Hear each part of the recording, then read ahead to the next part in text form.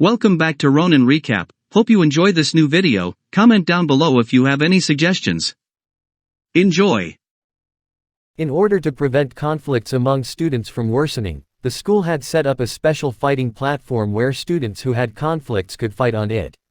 I heard that Master Hyman is not even familiar with the fireball spell. How could he accept Flynn's challenge? Master Basil, aren't you making things difficult for others? I heard that our Marquis doesn't like Master Hyman at all. It will be even worse if Master Hyman loses face at the dinner party. The two attendants behind Flynn echoed. Bryce, don't say yes. Cindy tugged at his clothes and persuaded him in a voice that only the two of them could hear. August 1st was the day when the Shalar Magic Academy was established.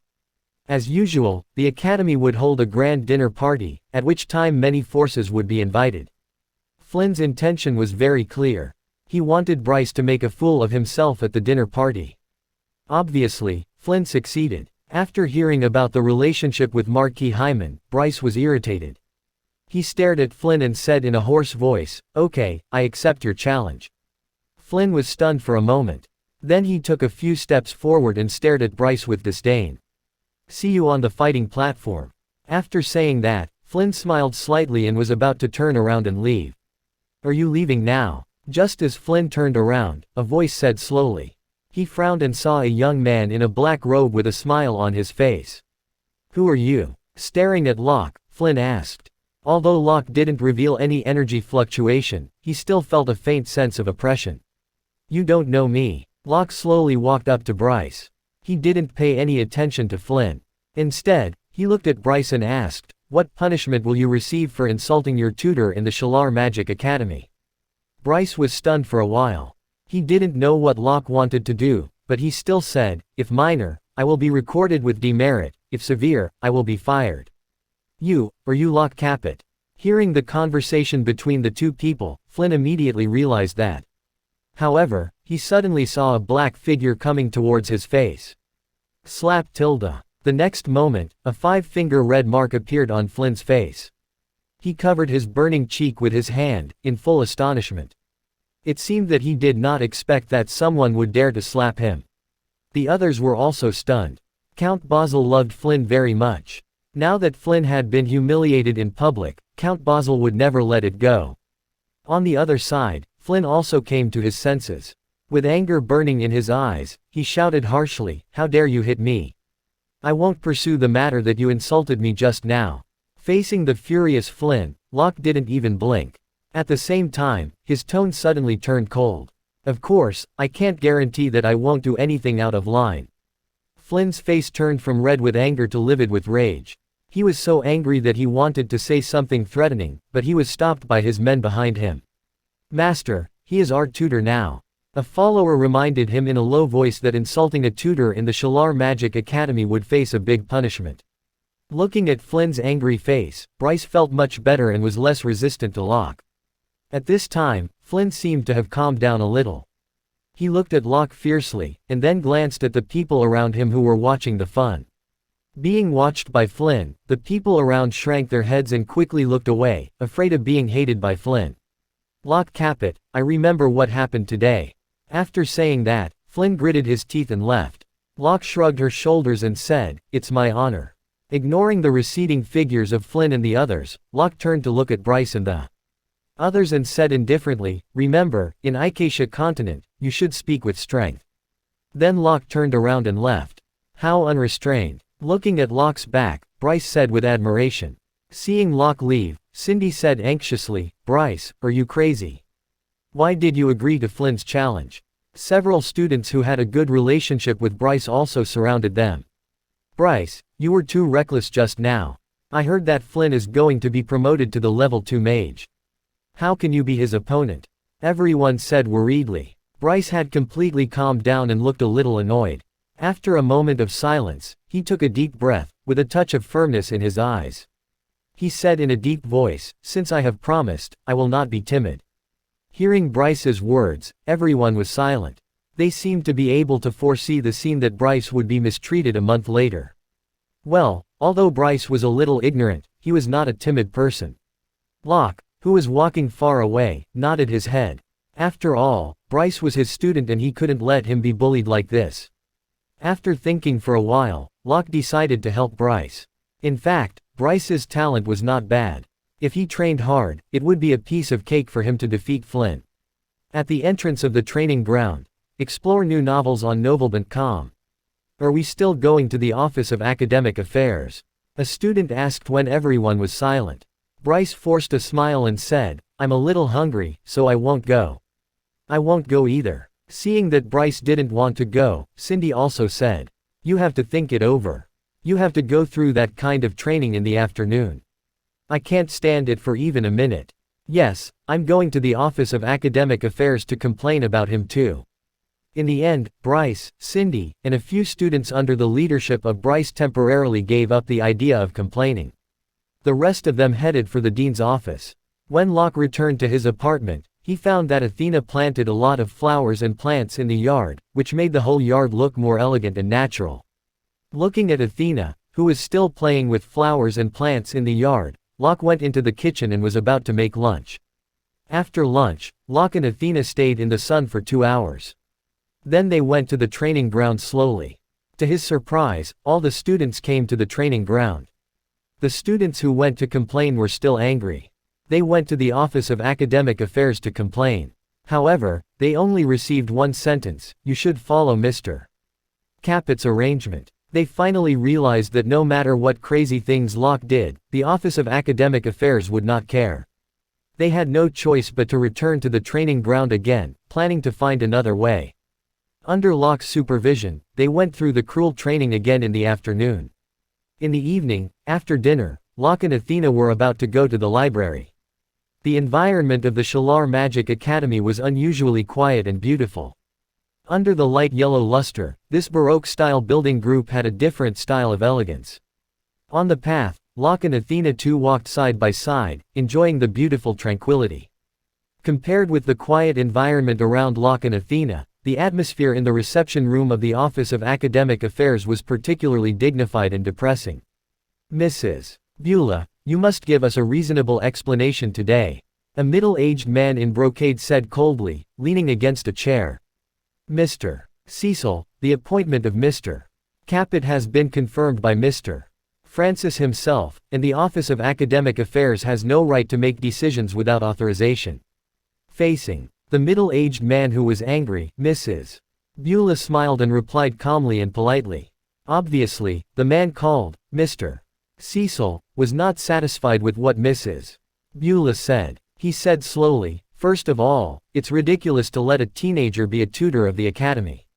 Most importantly, according to my son, he doesn't teach any magic knowledge at all. Instead, he carries out useless physical training. Mr. Cecil, Mr. Caput is commanding the students to carry out physical training. He must have his own arrangement. Maybe we can wait a little longer, and then there will be a result. Needless to say, I will never let my son stay in such a ridiculous class. Looking at Mrs. Beulah, another middle-aged man said directly, if you don't want to dismiss Locke Caput, I'll change the class for Chesterton Noah.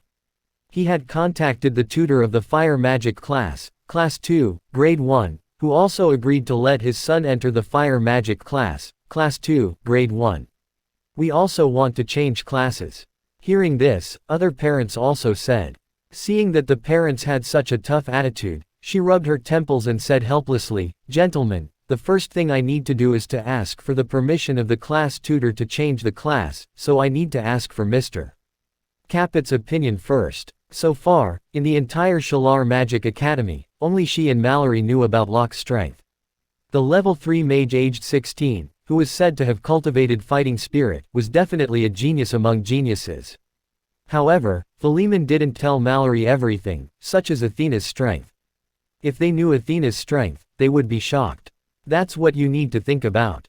A parent said coldly. After comforting the parents, Mrs. Beulah went to Locke to discuss changing classes. Mrs. Beulah. Locke asked in surprise when he saw a man walking towards him. In the introduction of the Shalar Magic Academy sent by the owl, he had seen the photos of Mrs. Beulah, so he soon knew her identity. Mr. Caput, Miss Athena. Mrs. Beulah greeted Locke and Athena. After greeting, Mrs. Beulah looked at Locke and told Locke what had happened in the Office of Academic Affairs. Check new novel chapters at novel.com. They want to change their classes. Locke was stunned for a moment. With a smile on her face, he said indifferently, they can leave as long as they want. I won't stop them. Hearing this, Mrs. Beulah breathed a sigh of relief. If Locke didn't plan to let them go, things would be really troublesome. Locke suddenly thought of something and said, but can you do me a favor, Mrs. Beulah? Yes, I'm willing to do that. I also need some training equipment, such as weight rings, weight sticks and other equipment for physical training. She was a little surprised, but immediately realized what Locke wanted to do with these things, so she smiled and said, Mr. Caput, your teaching method is really different. Don't worry. You will see these things on the training ground tomorrow. Thank you, Mrs. Beulah. Locke said with a smile. This is our duty. Mrs. Beulah had to deal with the matter of changing classes, so she didn't stay any longer and left soon. Then Locke and Athena came to the library. In the library, there was a 6-floor square building, which was the Baroque style of the Shalar Magic Academy. 2 exquisitely carved marble pillars stood at the door. At the door, Locke showed the tutor token.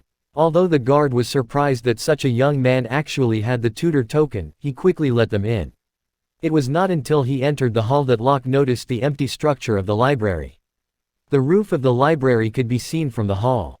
There was an exquisite oil painting on the dome, in which many figures were gathered.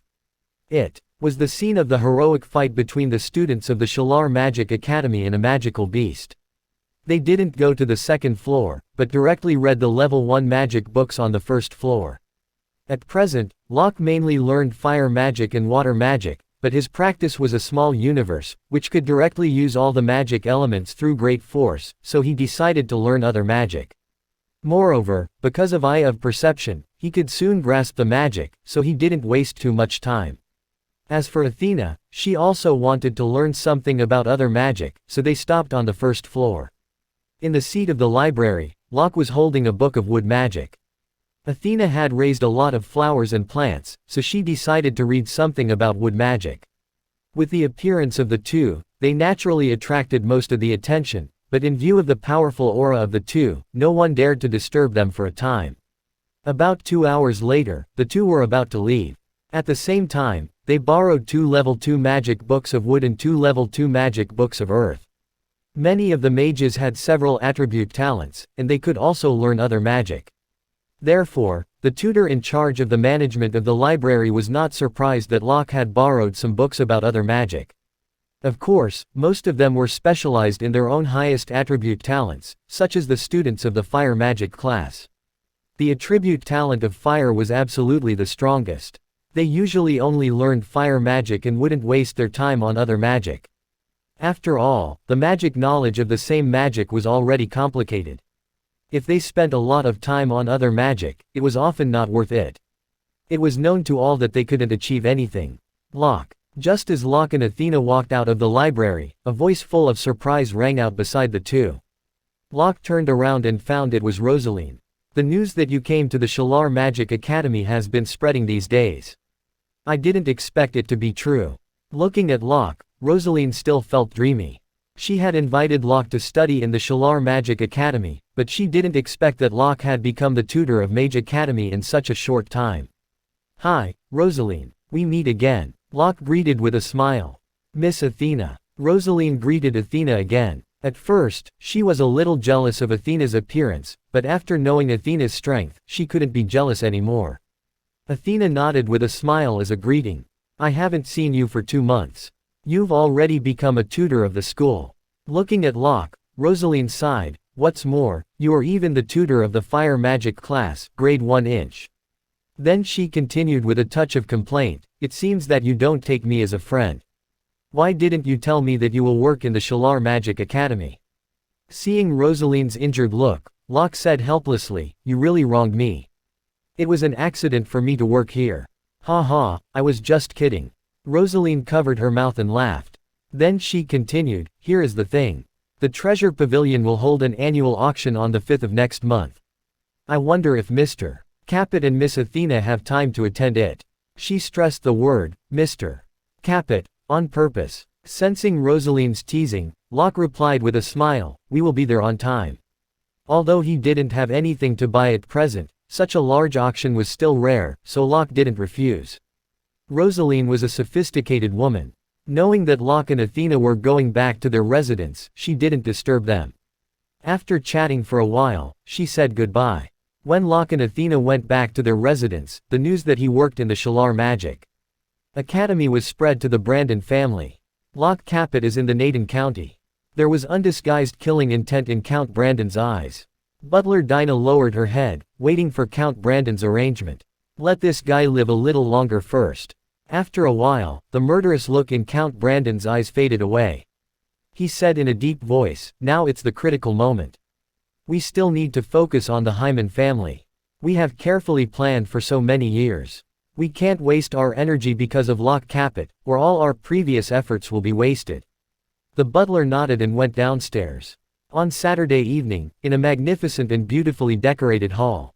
"Father, that's how it happened." A girl in blue was reporting the situation of this training to Marquis Hyman. The girl in blue was Joanna Hyman, who came back from Chell Mountains of Magical Beasts. After they were rescued by Locke, they immediately decided to go back to the Shalar Magic Academy. Of course, they were worried that they would meet a powerful magical beast. Unlike Locke, they didn't directly cross the Chell Mountains of Magical Beasts. Instead, they made a detour and chose a longer distance, so they arrived 2 days later than Locke. The young man of level 3, and the weapon of level 4. Marquis Hyman muttered. He frowned slightly, as if he was thinking about Locke's identity, but unfortunately, there was no information about him in his mind at all. Joanna came back safe and sound. A beautiful woman next to Marquis Hyman looked at Joanna with pity and felt lucky. She turned to look at Marquis Hyman and said, "If you meet this young man, you should thank him." Marquis Hyman nodded, looked at Anna and asked with a smile, "Judging from your aura, you must have become the level 2 mage now." "You have become the level 2 mage." Hearing Marquis Hyman's words, Mrs. Hyman asked in surprise. She was not a mage, so she couldn't feel the change in Joanna's breath. "Breakthrough on the way back." Joanna nodded and said, "If it weren't for the teacher's request to continuously suppress and extract magic power in my body, I'm afraid that breakthrough would have been produced a few months ago." Marquis Hyman and Mrs. Hyman looked relieved. Jana was really talented, and she was one of the best in the Shalar Magic Academy. At the same time, another figure slowly walked into the hall. It was a young man. When he saw Marquis Hyman and the others, the young man's expression didn't change much. He just nodded to the people in the hall and left indifferently. "Bryce." Seeing that Bryce was about to leave, Hyman Marquis shouted in a low voice. Bryce paused for a while and looked at Marquis Hyman coldly. Mrs. Hyman pulled the clothes of Marquis Hyman, hinting him not to get angry. Looking at his son who was a little hostile to him, Marquis Hyman sighed, "I heard that the magic tutor in your class was replaced by the person named Locke Capet." Bryce nodded. "What do you think?" Marquis Hyman asked. In fact, he had received the news that other parents had changed their classes yesterday, but he did not do so. First of all, Mallory valued the Shalar Magic Academy more than his life, so she would never mess around. Secondly, he was interested in Locke Capet. He wanted to see what kind of ability Locke Capet had to be valued by Mallory. "It's none of your business," Bryce said impatiently. Then she turned around and left. Looking at Bryce's back, Marquis Hyman smiled bitterly. Ever since Bryce's biological mother passed away, the relationship between him and Bryce had changed. Especially when he married his present wife, they were like strangers. Besides, Bryce had been against him since childhood. Even his half-sister, Joanna, had become a level 2 mage, he was still a level 1 mage. Obviously, Mrs. Hyman and Joanna had gotten used to Bryce's attitude, so they didn't get angry at all. Locke Capet. Joanna felt helpless about her brother who had always been hostile to her, but now she was more interested in the news about Locke. So Marquis Hyman told Joanna that Locke was working in the Shalar Magic Academy. Being able to work in the Shalar Magic Academy indicates that he should have the strength of level 3 mage. As she spoke, Joanna was in full shock. As far as she knew, Locke Capet was about the same age as her. Now he had the strength of a level 3 mage. No matter what, it was ridiculous. Or was it true that Locke Capet went to school through some connections? Well, forget it. Find new chapters on No. LB and com. Joanna shook her head and threw everything out of her mind. She needed to consolidate her current cultivation base as soon as possible. After greeting Marquis Hyman, Joanna went out. In addition to Locke's fire magic classes, Bryce and the others also had other courses, such as rune study, pharmacy and so on. Locke was free on Monday, because it happened to be the class of runes. The leisure time always passed quickly. It came to Tuesday. When Locke arrived at the training ground, he found that there were only 10 people there. Except for Marcia, Bryce, Cindy and their 2 friends who were willing to stay, and the other 5 people who were basically relatively weak in their family could not leave at once. At the same time, Mrs. Bowla had already sent the training equipment Locke needed to the training ground. What are these? Looking at the rows of training equipment on the training ground, Cindy was confused. These seemed to be the equipment used for physical training. Bryce picked up an iron wristband and shook it 2 times. This is how soldiers in the military camp train. Hearing Bryce's explanation, Cindy pulled a long face and said, "We won't use this training in the future, will we?" "Yes, you're right." Locke looked around the training equipment with satisfaction. Then he looked at Bryce and others and said with a smile, "Okay, since everyone is here, let's start today's training. The usual rule is 20 laps. After the previous lessons, Bryce and the others were obedient and started the training. Seeing that Bryce and the others had already started their training, Locke waved his hand and took out a set of tables and chairs from the system space. He sat down comfortably, and then took out a level 2 magic book of Earth, reading it by himself. How could he just leave us alone like this? Looking at the leisurely look on his face, Bryce slowly stopped and gritted his teeth in anger. The others were also speechless. They increasingly felt that Locke was unreliable. You can't defeat him. Looking at Bryce's fierce look, Cindy reminded him in a low voice. I know, you don't have to remind me. Bryce rolled his eyes. Locke Caput is reading the book, can I take a break? Bryce suddenly came up with this idea when he saw that Locke was completely focused on the book. Thinking of this, Bryce didn't want to run anymore. He walked slowly while observing Locke cautiously. Sure enough. Just as Bryce was overjoyed, he suddenly saw a familiar light coming from Locke's direction, and in the blink of an eye, it was in front of him. Bang! Looking at the pit in front of him, Bryce shivered. Slap, slap. Then, 2 20-pound heavy iron rings fell to his feet. Bryce's body trembled again 2 times. You look a little leisurely. Put it on. While speaking, Locke was reading the magic book without even raising his head. How about, forget it? Looking at the 2 iron rings that smashed on the ground, Bryce forced a smile. That was uglier than crying. Locke stopped flipping the book for a while and looked up at Bryce. Okay, I'll wear it. Under Locke's gaze, Bryce was shocked and immediately said. He had no choice, he was scared of being beaten. The morning training came to an end soon.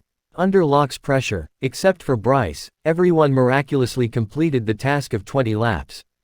As for Bryce, he still had an iron ring with a weight of 49 pounds, so he couldn't hold it in the 10th circle. Seeing Bryce and the others walking out of the training ground tiredly, all the students in other classes were stunned. It was just magic training. Why did they feel that these people seemed to have experienced some inhuman torture? Soon, Locke's training method spread among the students with the inquiries of these students. Hey, do you know that the tutor of the fire magic class, Class 4, Grade 1, Locke Caput? It's no longer a secret. The most ridiculous thing is, do you know how Locke Caput teaches? Find new chapters on No. LB and com. In class every day, he asked the students to carry out those useless warriors training, and he himself moved a set of tables and chairs, reading books in the sun. Don't mention it is too much. Wow, doesn't the academy care about his teaching method? Hearing this question, another boy raised his head and pretended to look around. Seeing that no one could hear their conversation, he lowered his voice and said, I heard that Locke Caput is a relative of our vice dean, so he is arranged to work in the academy. What's more, the fire magic class, Class 4, Grade 1 is a loser class. Even if Locke Caput doesn't know anything, no one cares about him. So the school turned a blind eye to his outrageous teaching method. In just 2 days, the news about Locke spread in the academy. It could be said that rumors abound. There were even rumors that Locke was actually the illegitimate child of the vice dean and was fostered in the Caput family. No matter what, many tutors laughed when they heard Locke's training method. As a member of mages, he didn't practice the magic, instead, he just carried out the so-called physical training. Wasn't this a matter of losing the essence? However, no matter what the outside world said, Locke's training was still going on. On the third day, everyone was still as exhausted as before at the 20th lap. On the fifth day, after completing the running task, they began to use training equipment under the command of Locke to train their agility, strength and speed. Soon, a week of training passed. On the training ground, Bryce, have you noticed that we seem to be running magic power much faster? Sitting on the ground, Cindy kicked Bryce beside her and asked weakly. Bryce lay on the ground and waved his hand, indicating that he had no strength to say anything else. In the training, in order to improve his physical strength faster, Locke gave him preferential treatment. He had always carried dozens of pounds more than others. Marcia wiped the sweat on her forehead and nodded. Yes, I also find that my magic power runs faster. The other students nodded in agreement. It seems that our boss's training method works, Bryce said as he sat up and looked at Locke, who was reading a magic book. It was a long story why Bryce and others called Locke boss. The main reason was that they were conquered by Locke's strength. To be more exact, they were beaten up by Locke. It seemed that they had inherited the training of Athena, the devil drillmaster. During the week of training, everyone felt what despair was. Facing the powerful Locke, they had no room for resistance at all. They could only train according to Locke's requirements. At first, Bryce shouted like this when he was beaten. But, after a week, everyone shouted like this. After a day's training, after saying goodbye to Locke, Bryce and the others were about to leave the training ground. As soon as they came out, they saw many people surrounding the door of the training ground. It seems that the rumor is true. They are really doing physical training. Looking at the sweat on the faces of Bryce and the others, and their clothes also covered with mud, a water mage exclaimed. It's a pity that they can't make it. Now they have such an unreliable teacher. Another man beside him echoed. Bryce and the others were used to the onlookers. Since they started training, they came to watch the fun almost every day. In the afternoon, Locke didn't plan to let them continue the physical training. Seeing the crowd gathering, Locke put down the magic book in his hand and came to them. From today on, I will adjust my training method. In addition to physical training, I will teach you some magic theory in the future. When they heard that Locke was going to teach them magic, they finally cheered up. This week, we will train fireball spell. Locke looked at the crowd and said slowly. The fireball spell? Are you kidding me? I can release this even with my eyes closed. Bryce complained in a low voice when he heard Locke's request. However, when they were complaining in their hearts, their bodies trembled slightly and their eyes widened, as if they had seen something incredible. A scarlet fireball was floating in Locke's palm. Is this fireball spell? Staring at the red fireball, Bryce asked in disbelief. It was well known that the fireball condensed by fireball spell was yellow. When did it turn red? Marcia and the others were also shocked, with confusion in their eyes. The most frightening thing was that they were all fire mages and were very sensitive to the fire element. On the fireball in Locke's hand, they felt an extremely irritable and dangerous aura. This powerful aura was definitely not something that the fireball spell could possess. Looking at the shocked crowd, Locke just smiled and didn't explain immediately. He waved his hand and threw the fireball out of his hand. Boom! A red light exploded on the ground where the fireball fell. With the fireball as the center, the air below rolled and the ground cracked. Even if they were still more than 20 meters away, Bryce and the others could feel the threat. Hissed Tilda. Everyone took a deep breath and stood there stiffly. Their expressions were stiff, and they only felt that their brains were in a mess. Was it really caused by the fireball spell? When did the fireball spell become so powerful? They had used the fireball spell for such a long time. Were they all fake? Judging from the fluctuation on the spot, even if they were told that it was only level 2 magic, they would not doubt it.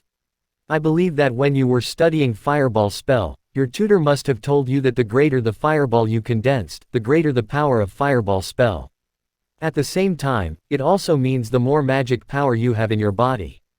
But I have to tell you, this is a wrong concept. Locke condensed another fireball, which was just an ordinary yellow fireball compared to the previous one. He didn't compress the fireball with great force. Everyone came to their senses and listened to Locke quietly. For example, the fireball in my hand can compress the volume of fire element when the fireball is the same as it. Read new chapters on Note VELB and Com. As Locke spoke, the fireball in his hand shrank at a visible speed, and its color gradually changed from pale yellow to scarlet. During his presentation, he also used the skill, the sound of sea demons, which was awarded by the system last time. The fixed amount of fire element is locked in a narrower range, and the power of fireball will increase exponentially. What you need to do now is to compress the size of the fireball as much as possible and release it out through spirit power. After using the sound of sea demon, Locke's voice became more magnetic, as if it had some magic. Everyone was immersed in his explanation and instantly understood the key and difficult points of Locke's explanation. As she spoke, Locke threw the fireball out of his hand. The red light of the fire swept into the distance, raising countless dust again. Boom! Looking at the rolling dust in the distance, Bryce and the others couldn't help but swallow. Bryce's eyes were full of eagerness. He licked his dry lips, as if he was eager to have a try. However, he seemed to have thought of something, and the fire in his eyes suddenly extinguished. He hesitated and asked, "Boss, I have a question." Locke looked at him, waiting for his question. "Won't it do harm to ourselves?" Bryce asked cautiously. The others also calmed down.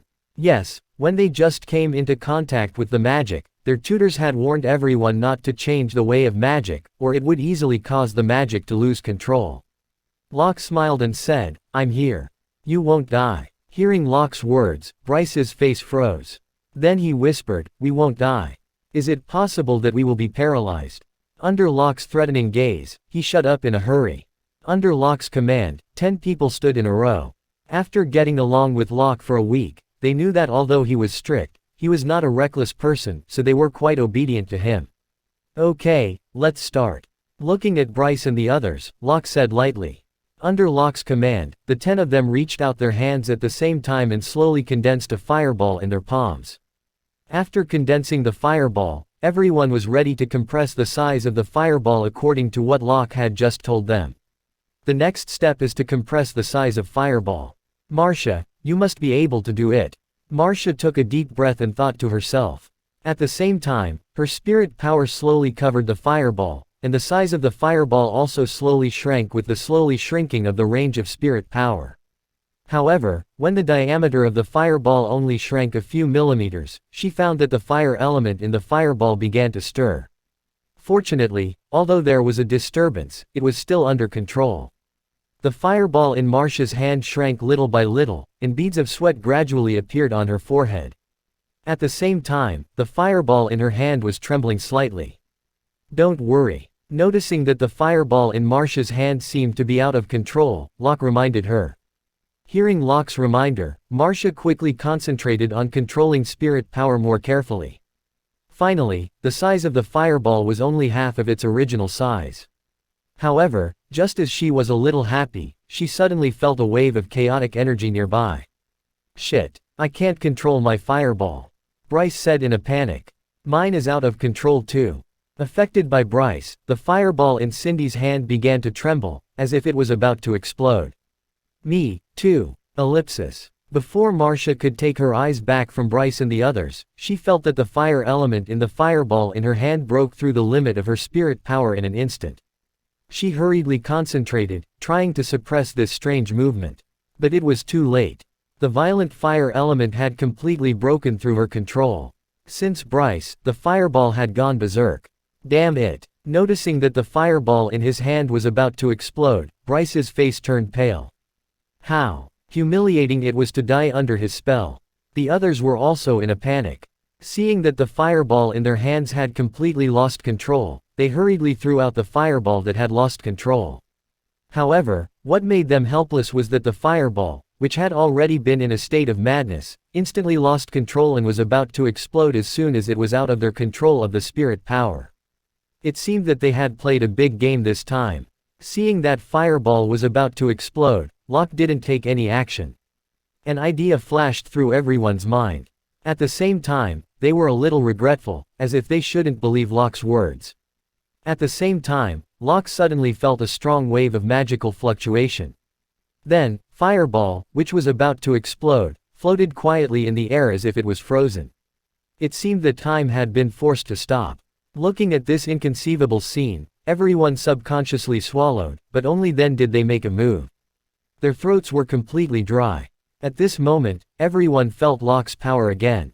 On the other side, Locke waved his hand and 10 fireballs flew towards him. Soon, these fireballs formed a fire circle and surrounded Locke. Like drawing a lottery, he pointed at the fireball, which was rotating in front of him, and the fire circle made of fireballs stopped. This move once again caused everyone to be amazed. It was hard for them to control the fireball. How could it be like a toy in Locke's hand? This fireball is Matthew's. It's obvious that you haven't grasped the balance of fire element when you are condensing fireball, so the fire element inside is not stable. Matthew was a slightly fat boy. Upon hearing Locke's comment, he lowered his head in shame. Locke pointed out the shortcomings of Marcus and covered his palm on Fireball.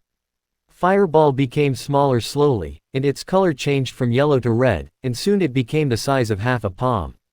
Of course, when they condensed Fireball, they didn't refine the fire element with great strength as Locke did. Therefore, the purity of the fire element was naturally not as high as that of Locke, and its power was much less. After compressing Matthew's fireball, Locke waved his hand again. The fire ring spun, and the other fireball turned to his front. The fireball belonged to Cindy. Locke shifted his eyes from the fireball to Cindy and said, "Cindy, the fire element is too big for you to control." Cindy nodded awkwardly. When she condensed the fireball, she was indeed a little greedy and entered more fire elements. After commenting, Locke compressed the fireball of Cindy again. "Bryce, there is a shortage of fire elements in the fireball.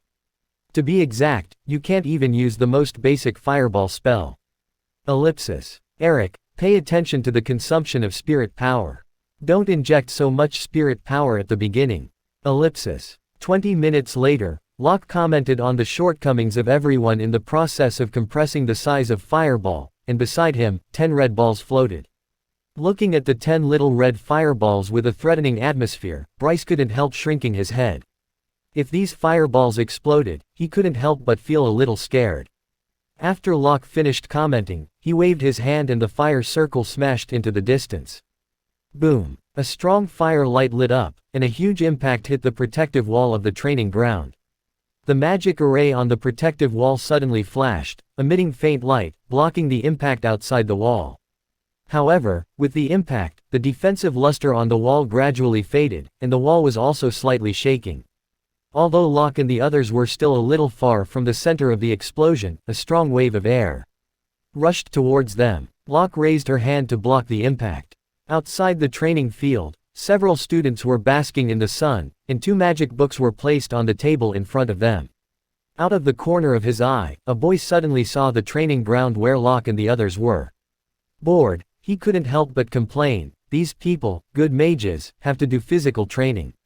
The key point is that the academy doesn't care about it at all." A girl next to him said with a smile, "You'd better care about yourself first. Even if others can't achieve anything, they can go back to inherit the title.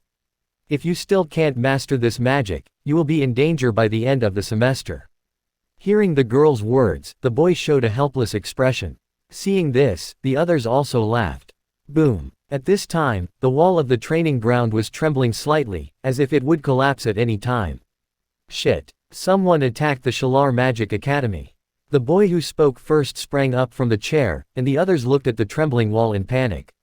"Let's report it to the Office of Academic Affairs as soon as possible." They didn't dare to stay any longer and ran towards the Office of Academic Affairs. When several people rushed to the Office of the Academic Affairs, the dust in the training ground gradually dissipated. Everyone's eyes passed through the layers of dust and fell to the place where the fireball exploded. Hiss! When the crowd saw the pit with a radius of nearly 10 meters, they took a deep breath. It was unbelievable that the power of the fireball spell could reach such a level. Locke was not surprised at the destructive force. After the compressed fireball exploded, the explosive power went straight after the level 2 magic. If 10 such fireballs exploded at the same time, it could at least reach the level 3 magic. He was calm. He turned around, looked at the crowd and said, "Okay, go on." Hearing Locke's voice, Bryce and the others finally came to their senses. Looking at the big pit in the distance, the shock in their eyes gradually turned into enthusiasm and they began to train again. While the training was in full swing on the training ground, 3 teachers of the Office of Academic Affairs were rushing towards the training ground. "Mr. Braun, what happened? Why are you in such a hurry?" a teacher asked. As soon as he was studying magic, he received a message from Braun, asking him to hurry to the number 3 training ground. "I heard from a student that the wall of number 3 training ground trembled. We need to check the situation immediately and rule out the danger." Braun, the middle-aged man in the lead, said seriously. The wall of the training ground was reinforced by a magic array, and it could absolutely withstand the magic of level 3 and below. It could shake the wall, which meant at least the magic of level 3 or even level 4 appeared in the training ground. "Didn't you say that Locke Cape was doing some physical training? How did this happen?" Confused, Braun and his group soon arrived at the training ground where Locke was. Discover new stories on No VELB and Com. Creek. After entering magic power into a special position, the door slowly opened. Seeing the door open, Braun and the others rushed inside in a hurry. However, before they entered the door, they saw a figure blocking the door. Braun and the other 2 also stopped. "Mr. Capet, what happened inside?" Braun asked in a low voice, looking at Locke who was standing in front of the door. "We are training now, so it's not convenient for you to get in. Please go back," Locke said with a smile. "Locke Capet, it's a routine examination. Please get out of the way." Then the teacher prepared to break in. However, before he could move, he felt powerful magic energy locked on him, which made him stop. The energy fluctuation was so powerful. Braun's pupils moved slightly. Judging from the magic aura of Locke just now, Locke's strength was probably not weaker than his. He is now a level 4 mage. Did the young man in front of her become a level 4 mage at such a young age? How ridiculous it was. Although he didn't want to believe it, the truth was right in front of his eyes. Yes, the young man in front of him was a powerful level 4 mage. The teacher who was stopped was also shocked. He didn't expect Locke to be so powerful. After taking a deep breath, he stared at Locke and asked, "Locke Capet, do you know what you are doing? If anything happens to the students, you can't take the responsibility." At this time, many students had gathered around. It seems that the Office of Academic Affairs can't stand it anymore. A student exclaimed, "That's right. Why did these mages have to do physical training? I think it should have been reorganized a long time ago." Locke smiled casually and said, "I've told you that we're training." Bryce and the others were compressing the fireball in their hands. It happened to be a critical moment. If these people entered, they would only distract their energy. Moreover, his time was precious. If these people saw the magic training method of Bryce and the others, they would probably ask about it again. "Bernal, calm down," Braun said to the teacher. Hearing Braun's words, Bernal took a look at Locke and took a step back. "I'm sorry, Mr. Capet. Eric is also worried about the safety of the students." Seeing that Bernal left, Braun asked, "Mr. Capet, are the students really okay?" Locke smiled and replied, "Of course they are fine." Hearing Locke's words, Braun was silent for a moment. A few seconds later, he took a look at Locke and said slowly, "Okay, then we'll be sorry for disturbing you." After a pause, Braun added, "Mr. Capet, please ensure the safety of the students." Locke nodded. "If there is nothing else, I will go in first." Locke turned around and closed the door again. Bernal said with hatred, "This Locke Capet is too arrogant. Will there be any problem if we just go back like this?" Another female teacher said worriedly. Looking at the closed door, Braun sighed and said to the 2, "After all, Locke Capet was chosen by the vice dean in person. I don't think he would do anything harmful to his students. You 2 go back to work first. I will report this to Mrs. Beulah." Bernal and the female teacher nodded. That was the only thing they could do now. After discussion, the 3 of them left the training ground. Well, even the tutors in the Office of Academic Affairs can't do anything to Locke. It seems that this class is really going to be destroyed. This class is well known as a loser class. It doesn't matter whether it is destroyed or not. Ha ha, it seems to be true. Ellipsis. Seeing that even the teachers in the Office of Academic Affairs were refused, the surrounding students began to sigh.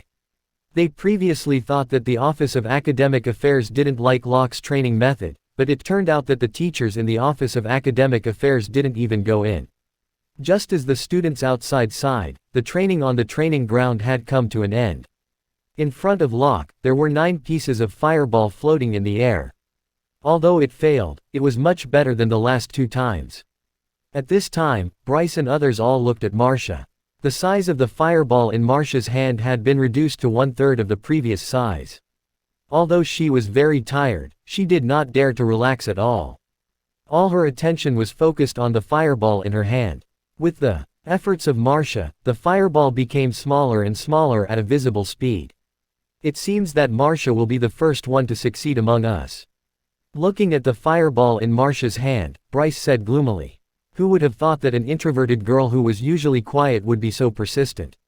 Failed. Feeling that the fire element in the fireball in Marcia's hand was out of control, Locke sighed in his heart. As expected, just as Locke finished his words in his heart, he saw that the fire element in the fireball suddenly became restless, and the fireball also trembled and was about to explode in an instant. Facing the fireball, which was about to explode, Bryce was no longer flustered at the beginning. They didn't need to be afraid as their boss was here. At this time, Locke also made a move. The powerful spirit power instantly wrapped around the fireball and suppressed the restlessness of the fire element in a strong posture. The fireball, which was about to explode, suddenly stabilized and flew towards Locke. Looking at the fireball in front of Locke, Marcia wiped the sweat on her forehead and said in a somewhat frustrated tone, "I still failed." "It's okay, Marcia. You have done a good job." Cindy hugged Marcia and comforted her. As she spoke, she glanced at Bryce beside her and continued, "Some people even have problems in condensing the most basic fireball." Bryce, who had planned to comfort Marcia, rolled his eyes. "You did a good job," Locke said with a smile. Hearing Locke's words, Marcia nodded her head heavily, and the depression on her face instantly disappeared. Everyone had finished their training, and Locke began to comment on their shortcomings. On the other side, Braun also reported what had happened on the training ground to Mrs. Bowla. To his surprise, she was not nervous at all. Instead, she asked Braun to be relaxed and not worry about Locke's training. Since he had said so, Braun didn't care about it anymore. Time flew. A week passed quickly. During the week, in addition to physical training, Bryce and the others gradually mastered the release technique of the new version of the fireball spell. Locke also received the invitation letter from Rosaline. In addition to the daily teaching, Locke and Athena mainly read magic books in the small courtyard. During Locke's teaching, Athena went to the library to read a magic book by herself. During this period, some boys wanted to accost her. However, in the face of these boys who wanted to accost her, Athena didn't even raise her head. Gradually, she became the goddess of ice and snow. In order to avoid trouble, they usually borrowed the magic books and read them in the yard. The day of the auction came soon. As the sun set, the huge city was shrouded in the sunset glow. The faint yellow light sprinkled on the exquisite buildings, making the city more tender and beautiful. As the headquarters, the treasure pavilion was extremely lofty. It was a 10-story building, which covered a large area. In front of the building was a square, with exquisite floor tiles and a large fountain in the center. When Locke and Athena arrived at the treasure pavilion, they found that there was a line of nearly 100 meters in front of the square. The annual auction of the treasure pavilion, in addition to the big families, naturally attracted the attention of the whole city. These people were the leaders of some small organizations or practitioners, which was a place of leisure without joining any organizations. They didn't receive an invitation from the treasure pavilion. Although these people didn't have much money to participate in the auction, it still couldn't stop them from taking part in it. After all, such a large auction was basically a fairy battle between the top forces. Although they couldn't participate, they could see the world and have the ability to brag in the future. "Young man, are you also here for the auction?" Seeing Locke and Athena standing still, a middle-aged man asked enthusiastically. Although Locke and Athena were good-looking, the clothes they wore were not as luxurious as those of the nobility. Moreover, if one got an invitation, when he or she went to the auction, he or she would like to walk over like this. He directly regarded Locke and Athena as the nobility who wanted to see the world. Locke nodded and said with a smile, "Of course, I'm here for the auction." "Then you have to wait for a while." Looking at the long queue ahead, the man said helplessly. People like us who don't have an invitation can only queue up here and pay the admission fee of 100 gold coins. That's the VIP passage. The man pointed at another spacious entrance in the front and looked at the VIP passage in the distance. He could not help but show admiration in his eyes. He mumbled, "When I have money in the future, I must get a red invitation." A red invitation. Locke was stunned. He didn't expect that the invitation was graded. There are two types of invitation in the treasure pavilion, red and purple. The red invitation is usually for the relatively powerful strength in Naden County. And this purple invitation is especially for the peak forces or the powerful practitioners in Naden County. The man explained to Locke and Athena. While speaking, he raised his head complacently because he thought that he was experienced and knowledgeable. "Ha ha, Humphrey, don't dream about it. It's just a daydream for you, the small gang, to receive the invitation from the treasure pavilion." Hearing the mocking voice from behind, Humphrey's face turned red. 3 men came up from behind, led by a strong man full of mockery. Visit novelbant.com for updates. The strong man came over, looked at Locke, Athena and the others, and said with an evil smile, "You, go to the back." Locke was speechless at the sight of the aggressive man. "Did you hear that?" Seeing that Locke didn't respond, the strong man clenched his fists threateningly. "Alvin, be careful not to be blacklisted by the treasure pavilion." Seeing that Alvin was about to take action, Humphrey stood in front of Locke and Athena secretly and reminded him loudly. Alvin laughed. How could the organizer treasure pavilion have the time to care about their cutting in line? He pushed Humphrey away and reached out to Locke, intending to lift Locke to the back. Bang! The next moment, Humphrey flew out like the trajectory of a parabola and smashed heavily on the ground. "Fuck, how dare you hit me? Guys, come on." The 2 men behind Alvin came to their senses and punched at Locke's nose. As expected, they were slapped away by Locke easily. Originally, Locke didn't want to participate in the conflicts between these forces. But he had no choice. Some people were too ignorant and came to make trouble for him. Everything happened too fast. Looking at Alvin and the other 2 lying on the ground, Humphrey was a little stunned. "Young man, why did you suddenly make a move?" Humphrey rubbed his hands and became a little flustered. A newborn calf is not afraid of a tiger. This young man is going to be miserable. That's right. How dare you fight in front of the treasure pavilion? Aren't you making trouble for yourself? Ha ha, I didn't expect to see a good show before I entered the treasure pavilion. The crowd whispered, and many of them even showed a look of schadenfreude. Sure enough, the guards in front of the square were quickly attracted by the sound here. A middle-aged man who looked like a steward came over with his men. Seeing the people from the treasure pavilion coming over, Humphrey sighed and said to Locke with a bitter smile, "Maybe we can't enter the auction." "Sir, they actually hit us. Please uphold justice for us," Alvin cried when he saw the steward. "Sir, they attacked us first. We were forced to defend ourselves." Seeing that Alvin complained first, Humphrey explained immediately.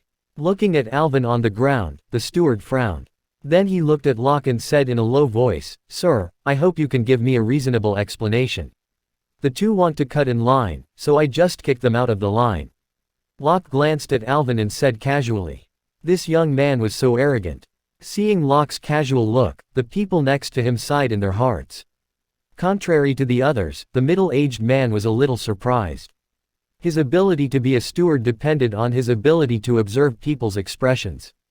Judging from the temperament of the 2 people in front of him, he believed that they were definitely not ordinary people. He must deal with this matter well by himself and never offend the 2 people in front of him. Just as the middle-aged man was calculating, Locke took out the invitation from his pocket and threw it to him. Seeing something flying over, the middle-aged man subconsciously reached out his hand to catch it. When he saw the purple invitation, his face changed slightly. Then he opened the invitation carefully.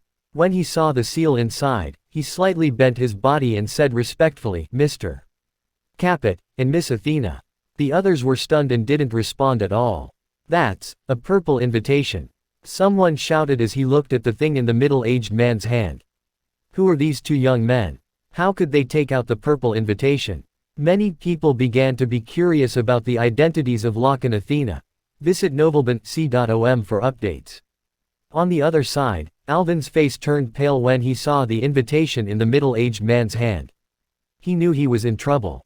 Sure enough, pointing at Alvin and his men, the middle-aged man ordered the guards behind him, pull these 3 men into the black list of the treasure pavilion. Besides, throw them far away. After giving the order, the middle-aged man put on a respectful smile again. Mr. Capet and Miss Athena, are you satisfied with this? Locke nodded. He didn't want to waste his energy on someone like Alvin who was not even a supporting role. Seeing that Locke didn't pursue it anymore, the middle-aged man breathed a sigh of relief and said, "Please follow me, 2 distinguished guests. Let's go together." Locke turned to look at Humphrey, who was completely shocked, and said with a smile, "I." Humphrey came back to his senses from shock. When he heard that Locke invited him, he was too excited to say anything. "Thank you, Mr. Capet." Under the envious gaze of the crowd, Humphrey followed Locke into the square. Led by another maid, they 3 arrived at the auction soon. Just like the auction of other treasure pavilions, the venue was divided into 3 floors. The top floor was a private room, the second floor was a booth with separate tables and chairs, and the bottom floor was a few seats that were like a cinema, leaning together. However, although the setting of the venue was similar, it was 3 or 4 times more than that of Bone City. It was extremely luxurious and exquisite in all kinds of decorations. "Mr. Capet, thank you for taking me in," Humphrey said gratefully. He was observant after going through numerous hardships. It was a great honor for him to be brought in by Locke. He would never expect to enter a private room on the 3rd floor with Locke. Locke didn't stop Humphrey from leaving. Locke looked around and found that Rosaline was walking towards them. Beside Rosaline, there was a fat middle-aged man, Count Grace and Miss Grace. At the sight of the 2, the maid bowed respectfully. "This is Mr. Capet and Miss Athena, right? They are so young and promising with good temperament," Count Grace said with a smile. Was this girl a level 4 master? While speaking, Count Grace looked at Athena carefully. Although he had heard from his daughter that Athena was extraordinary, he was still a little shocked when he really saw her. He had an illusion that Athena was more graceful than the children of the Duke he had seen. It seemed that she was born with this kind of temperament. "Mr. Grace, I'm flattered," Locke said modestly with a smile on his face. The maid stood aside. Although she kept a comfortable smile on her face, she was shocked. She didn't expect that the 2 young people could be received by Mr. Count in person. What were the identities of these 2 young men? She had worked in the treasure pavilion for a long time and knew all the famous people of Naden County, so she was sure that the 2 were not in this industry. "If you have time, you 2 must come to our family. I will treat you well then," Count Grace said sincerely. "Okay, we will definitely come over then." Locke nodded with a smile. "Then ask Rosaline to entertain you. I have something else to do." Count Grace was about to leave too. Although he attached great importance to his relationship with Locke, he still needed to receive many people from big families today. "Let's go. I'll take you upstairs," Rosaline said to Locke and Athena with a smile when she saw that Count Grace left. Locke and Athena followed Rosaline, and came to room 11. The whole room looked quaint and elegant. On the top of the room was a candlestick chandelier. Facing the auction table, there were 2 chairs covered with mink fur. After entering the private room, Rosaline asked the maid to bring a bottle of red wine and a few plates of desserts. After everything was arranged, she left. There were a total of 20 private rooms on the 3 floors, each of which represented a powerful force, especially the ones at the top. For example, room 1 was reserved for marquises, while the people of the Shalar Magic Academy were in room 2. Therefore, even if it was room 11, it was definitely a symbol of identity and status. Looking down, Locke found that nearly half of the people on the bottom floor had been seated, and many people had come on the 2nd floor. About half an hour later, all the seats were finally full. Finally, the auction was about to begin. Rosaline walked gracefully and slowly to the auction block in the middle. As Rosaline arrived at the auction block, the hall gradually quieted down, and everyone's eyes were focused on her. With so many eyes on her, Rosaline did not show any stage fright. She smiled calmly and confidently, and her behavior was capable and decent. She looked completely like a strong woman. "First of all, on behalf of the Grace family, I welcome you all. The Grace family is powerful and prosperous without everyone's trust and support. I wish everyone can get what they want. I declare, the auction begins." Under the thunderous applause, she walked down the stage, followed by a middle-aged auctioneer. Find new chapters on Note LB and com. First, the first auction item is a Level 2 Magic Book of Ice, Frozen Technique. The starting price is 10,000 gold coins, and each time the bidding price is 1,000 gold coins. Although the area of the auction house was huge, the auctioneer's voice was still heard by everyone present. Obviously, he used some magic to transmit sound and spread it everywhere. Ice. A tribute was a relatively rare magic property. A Level 2 Magic Book of Ice was relatively precious compared to other magic books. As soon as the auctioneer finished his words, the audience on the bottom floor began to be restless, and many of them began to be tempted. 11,000 gold coins. 12,000 gold coins. Ellipsis. People began to bid. However, compared to these people, the atmosphere on the second and third floors was much colder. The people who could sit here were all powerful. Level 2 ice magic was not enough to attract their attention. Mr. Count, I got the news that Locke Capet is in room 11. In room 3, Butler Dinah reported to Count Brandon, lowering her head. Hearing Locke's name, Count Brandon's eyes flashed with coldness.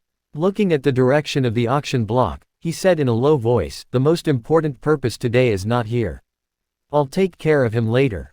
After saying that, he closed his eyes, as if he was waiting for something.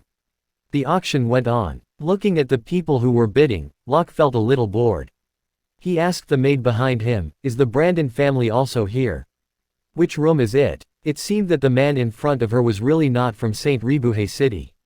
Otherwise, how could he not know which private room the Brandon family was in? After all, for so many years, all the major forces had their own private rooms. The maid replied, "Mr. Capet, the Brandon family is in room 3. Room 3, Locke rubbed his chin and thought for a while. Then he smiled weirdly. Seeing the smile on Locke's face, Athena immediately knew what he was thinking. "Do you want to have fun?" Looking at the direction of room 3, Locke smiled faintly and said, "This bastard has caused me so many troubles. Of course, I have to pay him back." "Bastard. 'Cause trouble." The maid was stunned for a moment, and quickly summarized the meaning of the conversation between the two. A few seconds later, she got an answer. The two people in front of her have enmity with the Brandon family. The Brandon family was one of the top 3 families in Naden County, and Count Brandon was even more shocked by the fact that the Naden County family was about to shake 3 people. How could the 2 people in front of her want to take revenge on the Brandon family? Locke didn't know how shocked the maid was. Locke asked, "Is there anything that is very popular in this auction? Or is there anything that the Brandon family wants?" If it was in the past, all the major forces might have been for the last few finales of the auction, but this year is really different. A Level 4 Magic Book of Thunder from the Brandon family will be auctioned at this auction. The maid said slowly. Hearing this, Locke suddenly became interested. Why is the magic book of the Brandon family at the auction? Half a year ago, the library of Brandon's family was once stolen and a lot of magic books were lost. The final one is this Level 4 Magic Book of Thunder, which records the inherited magic of the Brandon family, Thunder Sword. I've heard that the Level 4 Thunder magic can gather the power of thunder and form swords of thunder to kill enemies. Each Thunder Sword has an arc attached to it. Even if it is not directly concentrated, it will be hurt by the arc. Generally speaking, this magic is very powerful. It's absolutely a great shame for a family that the family's magic book has been stolen. Count Brandon was furious about it and used all his strength to track down the thief, but he couldn't find him in half a year. Half a year later, when everyone thought that the thief had disappeared, unexpectedly, someone came to the treasure pavilion with the magic book of the Brandon family and asked for an auction in the treasure pavilion. Speaking of this, the maid laughed and said in a gloating tone, "Since their cultivation method has been auctioned, of course, the Brandon family is unwilling, but they have no choice but agree to sell it in private. But unfortunately, the auctioneer has already said that the magic book can only be auctioned." At this point, everyone knew that the auctioneer seemed to want to embarrass the Brandon family. Of course, the Brandon family also put pressure on the Grace family and asked the Grace family to hand over the magic book and provide the person who took out the magic book. However, the Grace family was a commercial family, and the most important thing for a businessman was reputation. If the Grace family really caved in, their century-old reputation would be ruined, which was undoubtedly a devastating blow to a family that was based on business. So he resisted the pressure and insisted on a public auction. Hearing this, Locke smiled and said to Athena, "This thief is very interesting. If I have the chance, I can make acquaintance with him. If I were you, I would have set a fire and burned the whole library." Athena chuckled. Locke's eyes lit up and he was eager to have a try. "That's good. Let's try it sometime." The library was the lifeblood of a family. If they really burned the library of the Brandon family, it would be a heavy blow to the Brandon family. The maid's heart skipped a beat when she heard the conversation between the two. These two men really dared to do anything, one was crueler than the other.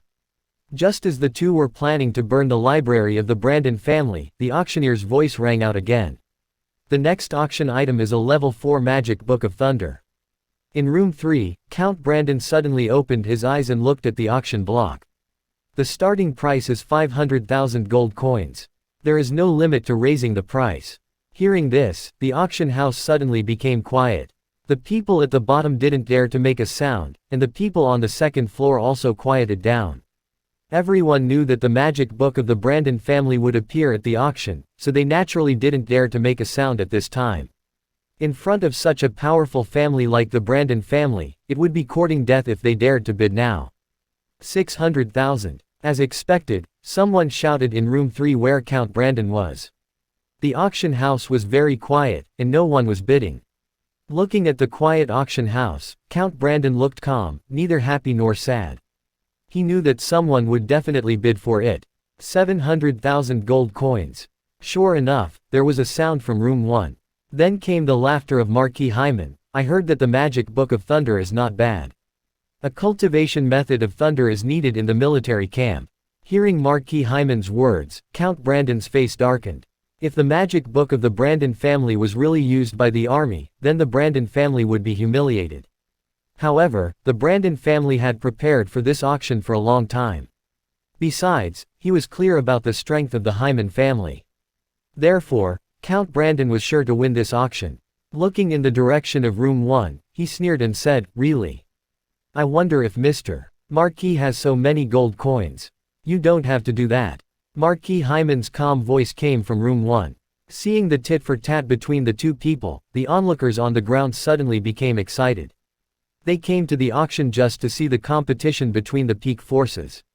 800,000, 900,000, 1 million, 1,100,000. Neither of the two sides wanted to give up. The price soon reached 1.1 million gold coins. In room 3, Count Brandon's face darkened. "Hyman, you bastard. It was supposed to cost 500,000, but now it cost twice as much." In sharp contrast to this, Marquis Hyman in room 1 was extremely happy. This level 4 magic book of thunder was dispensable to the Hyman family. The reason why he raised the price was that he wanted to give disgust to Count Brandon. 1,500,000 gold coins. The bidding came again from room 1. This time, Marquis Hyman increased 400,000 gold coins directly. After raising the price this time, he waved his hand, indicating that his subordinates beside him not to continue bidding. He knew that the Brandon family was determined to get the level 4 magic book, so even if he raised the price to 1.5 million gold coins, the other party would follow him.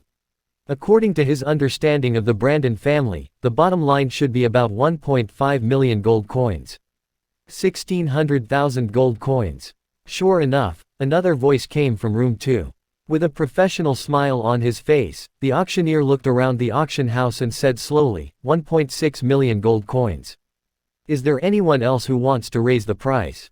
It was over. Seeing this, the people sitting below sighed in their hearts.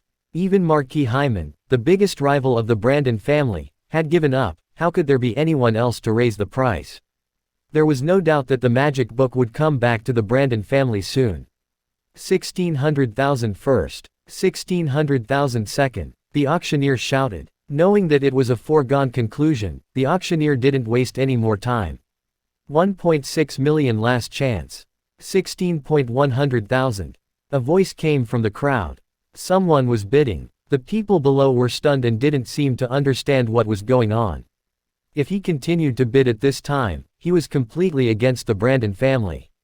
Moreover, they felt like he was making fun of someone when he raised the price by 10,000. Those who had come to watch the show were all excited at this moment. For them, the auction item was not the protagonist, but the fight between the major forces. It's room 11. Someone quickly figured out the direction of the voice. Following the direction the man pointed, everyone looked at the private room where Locke was. They were full of shock and confusion. Who was in room 11? How dare he go against the Brandon family? I'm sorry. I suddenly remembered that my table at home has a short leg. I think this book is so good to pad the leg. Mr. Count, would you like to give it up? Locke's voice was calm and orderly, as if he was talking about something reasonable. Hiss. Hearing this, all the people below were stunned. What did they hear? The table at home was uneven, so you wanted to take this magic book back to pad the table leg. He was going to take the inherited magic book back to pad the table leg. It was a pure humiliation. In the room, hearing Locke's words, Athena burst into laughter. The maid behind them was stunned. She didn't expect that Locke would be so bold to make trouble for the Brandon family in public. The expressions of the people in the private rooms were also very wonderful. In room 1, Marquis Hyman was also stunned for a while and then burst into laughter. After laughing, he ordered the person beside him in a low voice, "Go and check who is in room 11. The man nodded and went out. In room 2, there was also a strange look on Mallory's face. He turned his head to look at Mrs. Beulah and asked with uncertainty, "Is it from Locke? It should be him." Mrs. Beulah nodded resignedly. In another luxurious room, Count Grace and Rosaline looked a little surprised. Even though they knew that Locke had a grudge against the Brandon family, they didn't expect that Locke would choose to confront the Brandon family head-on at this time. There are 3 level 4 mages in the Brandon family. Athena was the only level 4 mage by Locke's side, so it was obviously irrational to be against the Brandon family now. The one who had changed most was Count Brandon in room 3. He stared in the direction of Locke's room, with cold killing intent in his eyes. Finally, he slowly spat out 2 words, "Go on." 1800,000. Butler Dinah shouted. In room 11, Locke smiled faintly and said slowly, 18,100,000. Although he didn't have 1.81 million gold coins with him, he was not anxious at all. After all, there was a level 6 soul restoration elixir in the system space. It was the reward given by Asclepius when he thought Locke was friendly enough. Of course, he just wanted to discuss Count Brandon. He was not stupid enough to really take this magic book. The soul restoration elixir was just his asset. This guy is deliberately making trouble for Brandon. Did he have any conflict with Brandon before? In room 2, Mallory asked in confusion. "Do I discover new stories on Note VELB and com?" Mrs. Beulah sighed and said, "No matter what conflicts there were in the past, with Brandon's vengeful character, the relationship between the two may have reached an irreparable level." 2,020,100,000. Locke said slowly. It was very quiet in the auction house. People could only hear their breaths getting heavier and heavier. They finally realized that the price increased by 10,000 at a time. It was just a joke on Count Brandon. While they were shocked, they were also very curious about the background of the people in room 11 who dared to make trouble for the Brandon family. Looking in the direction of Locke's room, Count Brandon's face turned livid with anger. "Brat, you still need to have a clear estimation of yourself. Otherwise, you won't even know how you died." In Brandon's tone, everyone felt undisguised killing intent. "This is an auction. I'm afraid it's not appropriate to threaten people with money." In room 1, Marquis Hyman sneered. "Brandon, you are getting more and more vicious. How dare you threaten others in front of so many people?" Mallory's voice came from room 2. Hearing what Mallory said, Count Brandon directly ignored Marquis Hyman. He looked at Mallory and asked coldly, "Is the Shalar Magic Academy going to interfere in the affairs between our two forces?" "I'm sorry. I only know that the people in the Shalar Magic Academy can't be bullied," said Mallory in a deep and domineering tone. It turned out that the people in room 11 are from the Shalar Magic Academy. Everyone was shocked. Didn't the Shalar Magic Academy always remain neutral? When did they join hands with Mr. Marquis to suppress the Brandon family? In room 1, the person who had gone out to investigate just pushed the door open and came in. "Mr. Marquis, the person in room 11 is Locke Capet." "It's him." Marquis Hyman was stunned again. Apparently, he didn't expect that the person who challenged Count Brandon in public was Locke. Looking at the room where Locke was, Marquis Hyman chuckled and said, "It seems that this is an interesting young man." Hearing what Mallory said, Count Brandon's face darkened. Although the Shalar Magic Academy didn't participate in the power struggles, its strength couldn't be underestimated. Strictly speaking, the strength of the Shalar Magic Academy was stronger than that of the Brandon family and the Hyman family. Now that Locke was on the side of the Shalar Magic Academy, he couldn't do anything to Locke.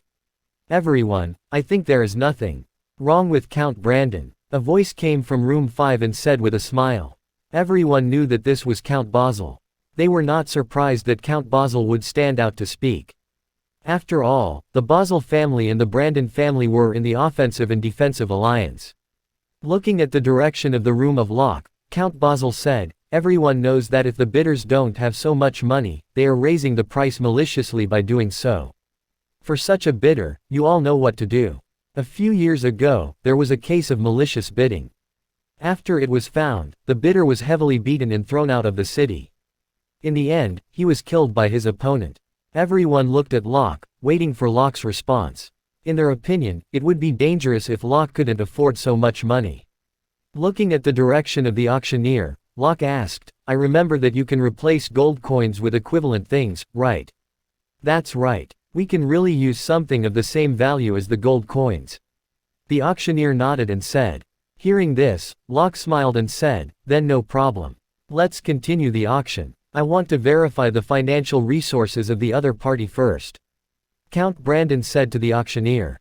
He didn't believe that with the strength of the Capert family, Locke could afford 2 million gold coins.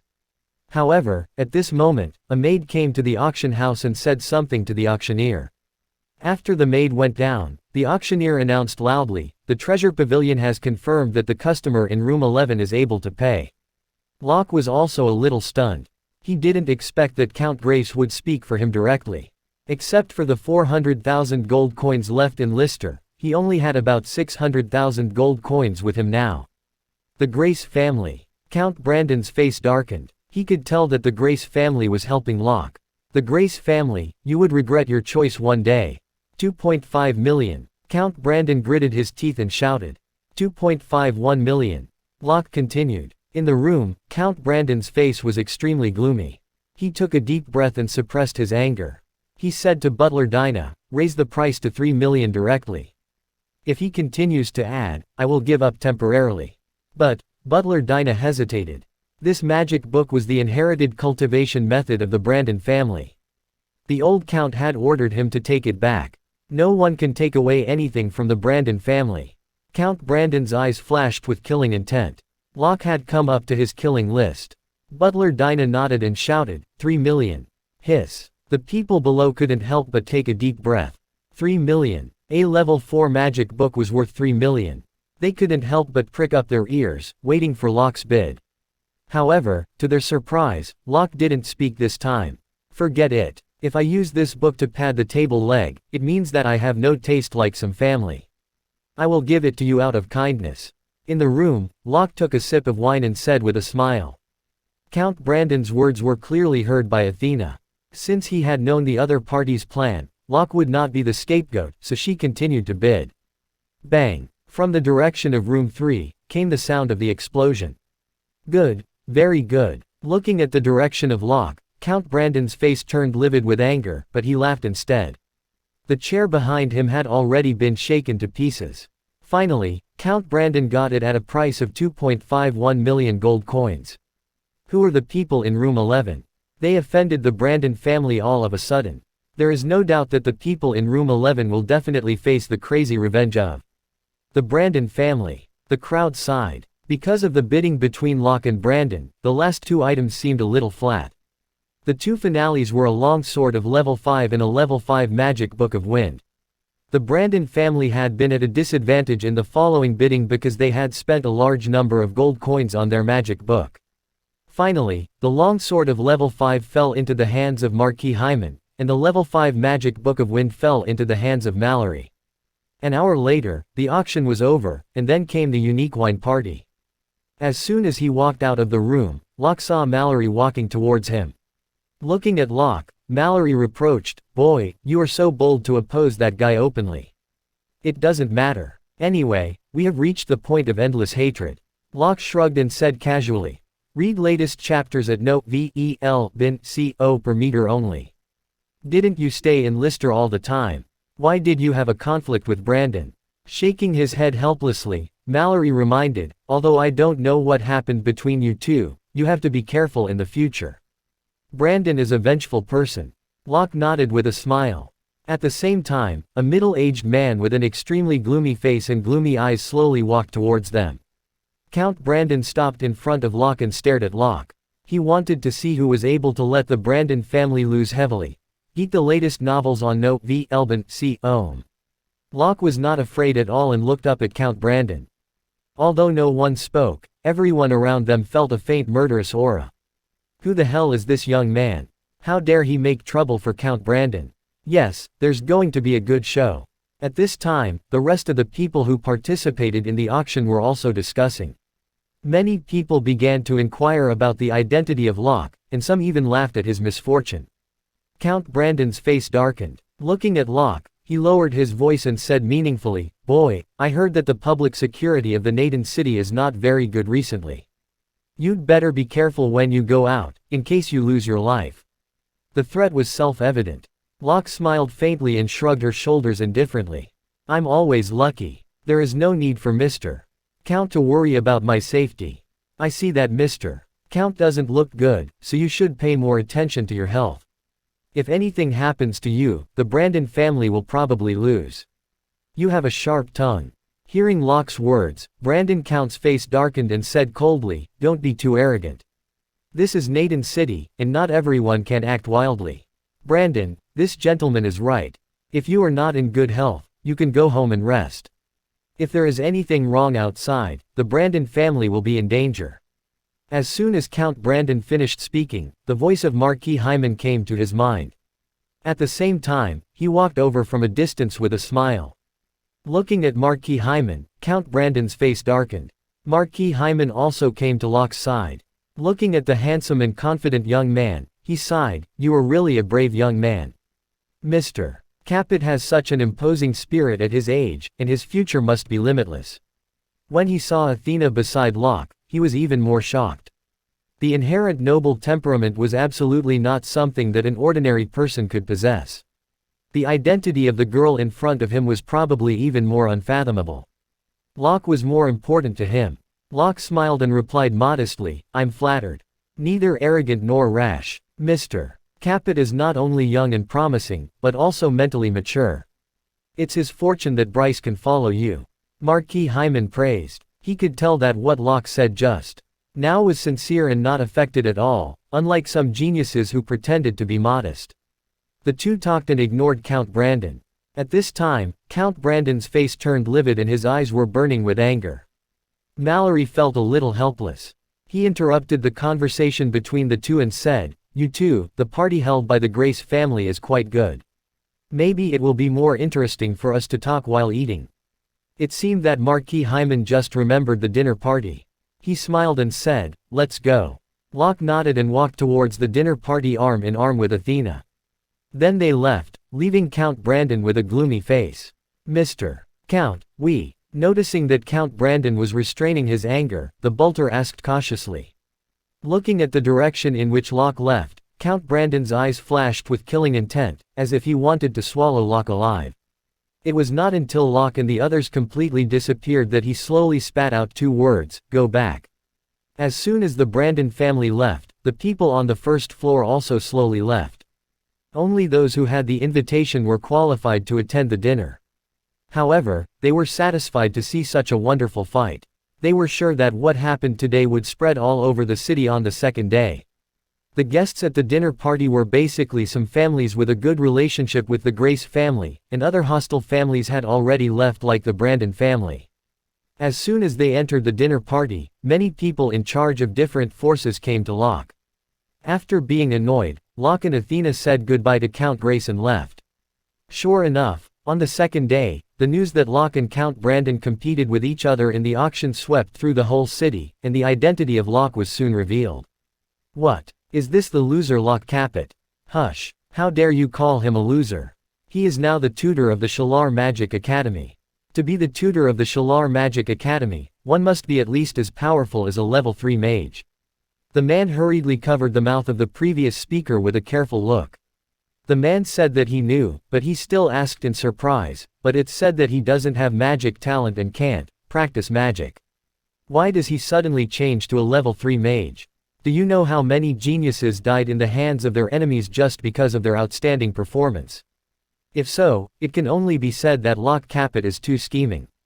He has endured so many years of ridicule. From small tea houses and bars to large family forces, only one day, everyone knew what had happened to Locke. The city was in turmoil, but Locke was not affected at all. Besides the teaching, there was practice universe and learning magic. At present, the seventh sense of the small universe had been completely consolidated. During this period of time, he had also learned the magic of earth and wood, and could skillfully use 4 level 4 magic at the same time. That was to say, he was actually a level 4 mage now. And because of the small universe, he was absolutely invincible among the level 4 mages. He believed that it wouldn't be long before the small universe in his body reached the middle stage of the seventh sense. In the courtyard of the villa, the magic competition will be held in 1 month. Putting down the letter sent by the owl in his hand, Locke thought for a while and then turned to Athena. These students have almost finished their training, but they lack combat experience. Not long after, the school will have training in the Nariel Mountains of magical beasts. My teaching task has been completed. When they go to training, we can have a good walk in Naden City. Athena closed the magic book, stretched herself and said with a smile, life and death battle is the best way to improve combat effectiveness. But you'd better solve the current problem first. Athena said with a smile as if she had found something. Locke was a little surprised, and then he knew what Athena was talking about. In the distance, a group of people were coming. It was obvious that their target was his villa. The one who took the lead was a young man with a cold face. He was about 20 years old, and the 3 golden bars on his chest were unusually bright. James, the villa where Locke Capet lives is right in front of us. A tall and thin student said with a flattering smile, pointing at Locke's villa. James didn't say a word. He looked in the direction of the apartment, and a fighting spirit flashed in his eyes. With the divine consciousness, Locke soon knew what had happened. At the same time, he was at a loss whether to cry or to laugh. This young man was James, the most talented in Naden County. Recently, he broke through to the level 3 mage. With the disclosure of Locke's identity, many people were discussing that Locke was really the most talented in Naden County. James was a little depressed.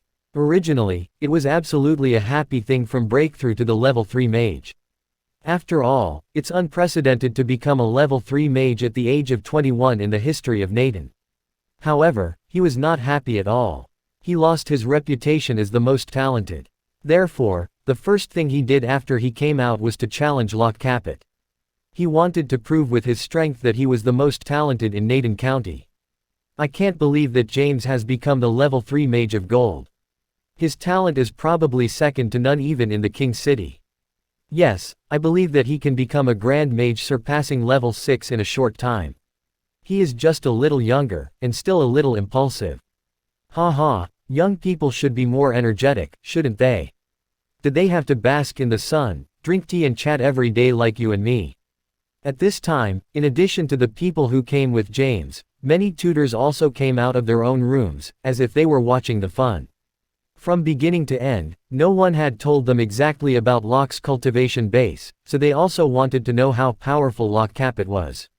In addition to the tutors who were watching the fun, the granddaughter of Fremont, Monica, was also standing in the distance expressionlessly. James, Monica is also there. A boy beside James said excitedly, pointing in the direction of Monica. Hearing this, James's body trembled. Then he turned around and looked in the direction the boy pointed to. Sure enough, he saw Monica. Monica was looking at him. James felt his heart pounding and he was a little excited. I must do my best to impress Monica. James clenched his fist subconsciously and swore to himself. Read latest chapters at note VEL-BIN-CO per meter only. Monica was a famous ice goddess. Before Athena came, she was known as the most beautiful woman in the Shalar Magic Academy. 80% of the boys in the academy were her admirers, and James was one of them. At this time, Locke came out of the courtyard. Looking at the menacing crowd, he said lightly, "This is a private area. No entry is allowed. Are you Locke Caput?" James looked at Locke in confusion. The person in front of him was too young to be believed to be a level 3 mage at such a young age. Even he didn't become a level 3 mage until he was 21 years old. Locke nodded slightly. Seeing Locke admit it, James took a deep breath, stared at Locke and said slowly, "I want to challenge you." With a faint smile, Locke shook his head and refused, "Sorry, I'm busy. I have to cook later, so I don't have time to accept any boring challenge." He was too busy to take up his challenge. Hearing Locke's explanation, James was stunned. Before he came here, he had speculated the reason why Locke refused him. For example, as a tutor, it was inconvenient for him to accept his challenge, or he used the excuse of physical discomfort to refuse the challenge. But he didn't expect that it was such a reason. The others were also confused. He had to cook later, so he didn't have time to accept the challenge. How could he have such a casual reason? They could feel the contempt in Locke's tone. At the same time, Locke had waved his hand, indicating that James and the others could leave, and he was about to go back to the courtyard. As the challenger this time, James's face had already turned red. Obviously, he was a little angry. He had been regarded as the pride of heaven since he was a child, and had never been looked down upon like this. "Locke Caput, you are a tutor of our academy. You don't even dare to accept a student's challenge. Don't you feel ashamed?" James asked, gritting his teeth. Hearing this, Locke paused for a second and turned around to look at James. Seeing Locke stop, James was overjoyed. Locke rubbed his chin as if he was thinking about the meaning of James's words. Just when James thought Locke was going to agree, Locke said seriously, "I'm not ashamed." After saying that, he turned around again and walked towards the gate of the courtyard. He would not be fooled by such a poor trick. Seeing that Locke was about to leave, James got anxious. He saw a trace of disappointment on the face of Monica. James was instantly overwhelmed by the desire to win. His face darkened slightly as if he had made up his mind. Regardless of anything else, the gold attribute in front of him began to gather. In a second, a big golden sword was formed. The golden sword, with violent energy, attacked Locke's back. The others were also confused. None of them had expected that James would suddenly launch an attack. The other tutors' faces changed. James was too impulsive. A tutor not far away said worriedly. They were so far away that there was no time to stop him. In the blink of an eye, the golden sword had already arrived behind Locke. Too bad. Seeing that Locke didn't respond at all, James felt a little regretful. He knew that he was too impulsive, but he just became the level 3 mage and couldn't control the direction of the golden sword. Bang! Just as everyone was worried, a faint light curtain suddenly appeared around Locke's body, and the previously majestic golden sword directly cracked into pieces after colliding with the light curtain. So powerful. The eyes of the tutors in the distance suddenly widened. If it were them, they wouldn't have been able to survive the blow from James without any precaution. How could Locke succeed in this way? Although Locke only used a magic light curtain, judging from the strength of the magic element, it should be at least as strong as a level 3 mage. Those students were even more stunned, standing there. How could Locke Caput be so powerful? In the distance, there was a flash of surprise in Monica's eyes, but soon it turned into determination. Looking in the direction of Locke, she muttered, "It turns out that you are so strong, but one day I will definitely surpass you." Then she turned around and went back to practice. 16-year-old mage of level 3. At the thought of this, everyone took a deep breath subconsciously, and a storm arose in their hearts, which was an indescribable shock. In the history of Naden County, there is no one to be a level 3 mage at the age of 16. You. Looking at Locke's back, James said in a trembling voice. Was his level 3 magic of gold crushed like this? Although he was shocked, he knew very well that Locke was absolutely stronger than him the moment the magic broke. On the other side, Locke was also very unhappy to be attacked. He planned to teach the other party a lesson. With his back to the crowd, he waved his left hand and a powerful fire magic element shot towards James. James flew out following a parabolic trajectory and hit the ground in the distance. He spat out a mouthful of black blood and passed out. If it happens again, you won't be so lucky. Locke's calm voice echoed in everyone's ears. Creak tilde. While he was talking, Locke had already closed the door of the small courtyard, leaving the confused students behind. As soon as the door was closed, the rest of the students came back to their senses and hurried to see James. Several teachers in the distance also trotted over. A few seconds later, the teacher, who was examining James's body, breathed a sigh of relief. He's fine. He just breaks through to the level 3 mage, and the magic element in his body is not stable yet. In addition, he just received a blow, and the magic power is in chaos, and his blood is attacked, so he fainted. Obviously, Locke Caput just wanted to teach James a lesson, so he didn't hit him hard. The source of this content NOVL by N. Looking at the courtyard of Locke, the teacher was still full of shock. He didn't even use any magic skills. He knocked out the level 3 mage with just magic energy, but at the same time, he controlled his strength well, without hurting James's foundation. Even he, who was the teacher, felt that he couldn't control magic power. A great talent came to the Shalar Magic Academy. 2 tutors sent James to the infirmary. One of them waved his hand and dispersed the students. Well, let's go. Seeing that James had fainted, other students didn't dare to stay any longer. In the courtyard, Locke leaned back on the chair again. Sleipnir turned over on the grass and looked in the direction where James and the others left. He said fiercely, "I really want to beat that guy up again." He was sleeping soundly, but was woken up by James and the others, so he was still angry. "Well, you just sleep every day. I really don't know how you become a good horse." Locke couldn't help complaining. At this time, Athena put down the magic book and touched her belly.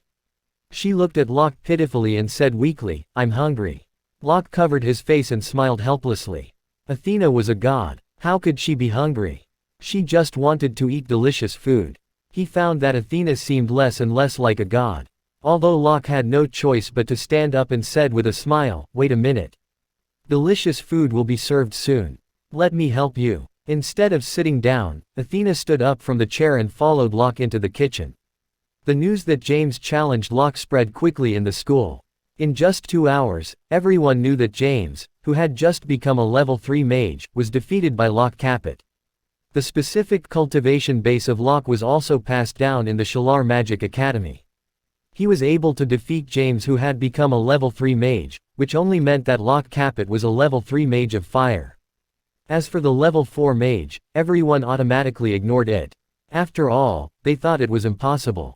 The 16-year-old mage of level 3 was rare, but it also appeared a lot in the Grim Kingdom. However, there seemed to be only one level 4 mage at the age of 16 in the history of Grim Kingdom. And that man was the level 7 Grand Mage named Titus Jeremy, the patron saint of Grim Kingdom. They didn't think that Locke could be on par with the Guardian God. So they quickly reached a consensus that Locke was a level 3 mage of fire. Although Locke couldn't compare with the patron saint, he could definitely be considered a super genius because he could become a level 3 mage at this age. The next day, Locke went to the library as usual to exchange for the magic books. To his surprise, on the way to the library, he was surrounded by a lot of girls. He was handsome, gifted and powerful, which was a great attraction to the young girls with lovely hearts. Therefore, Locke decisively used the divine consciousness to avoid those crazy girls in advance. After wasting a lot of time, Locke finally arrived at the library. When he arrived at the library, Locke felt more uncomfortable.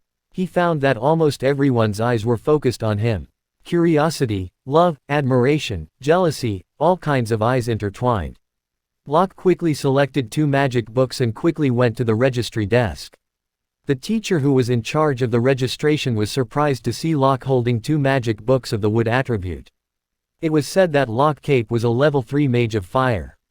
He borrowed the magic book of the earth attribute last time. Why did he borrow the magic book of the wood attribute now? Did he want to learn these magic skills at the same time?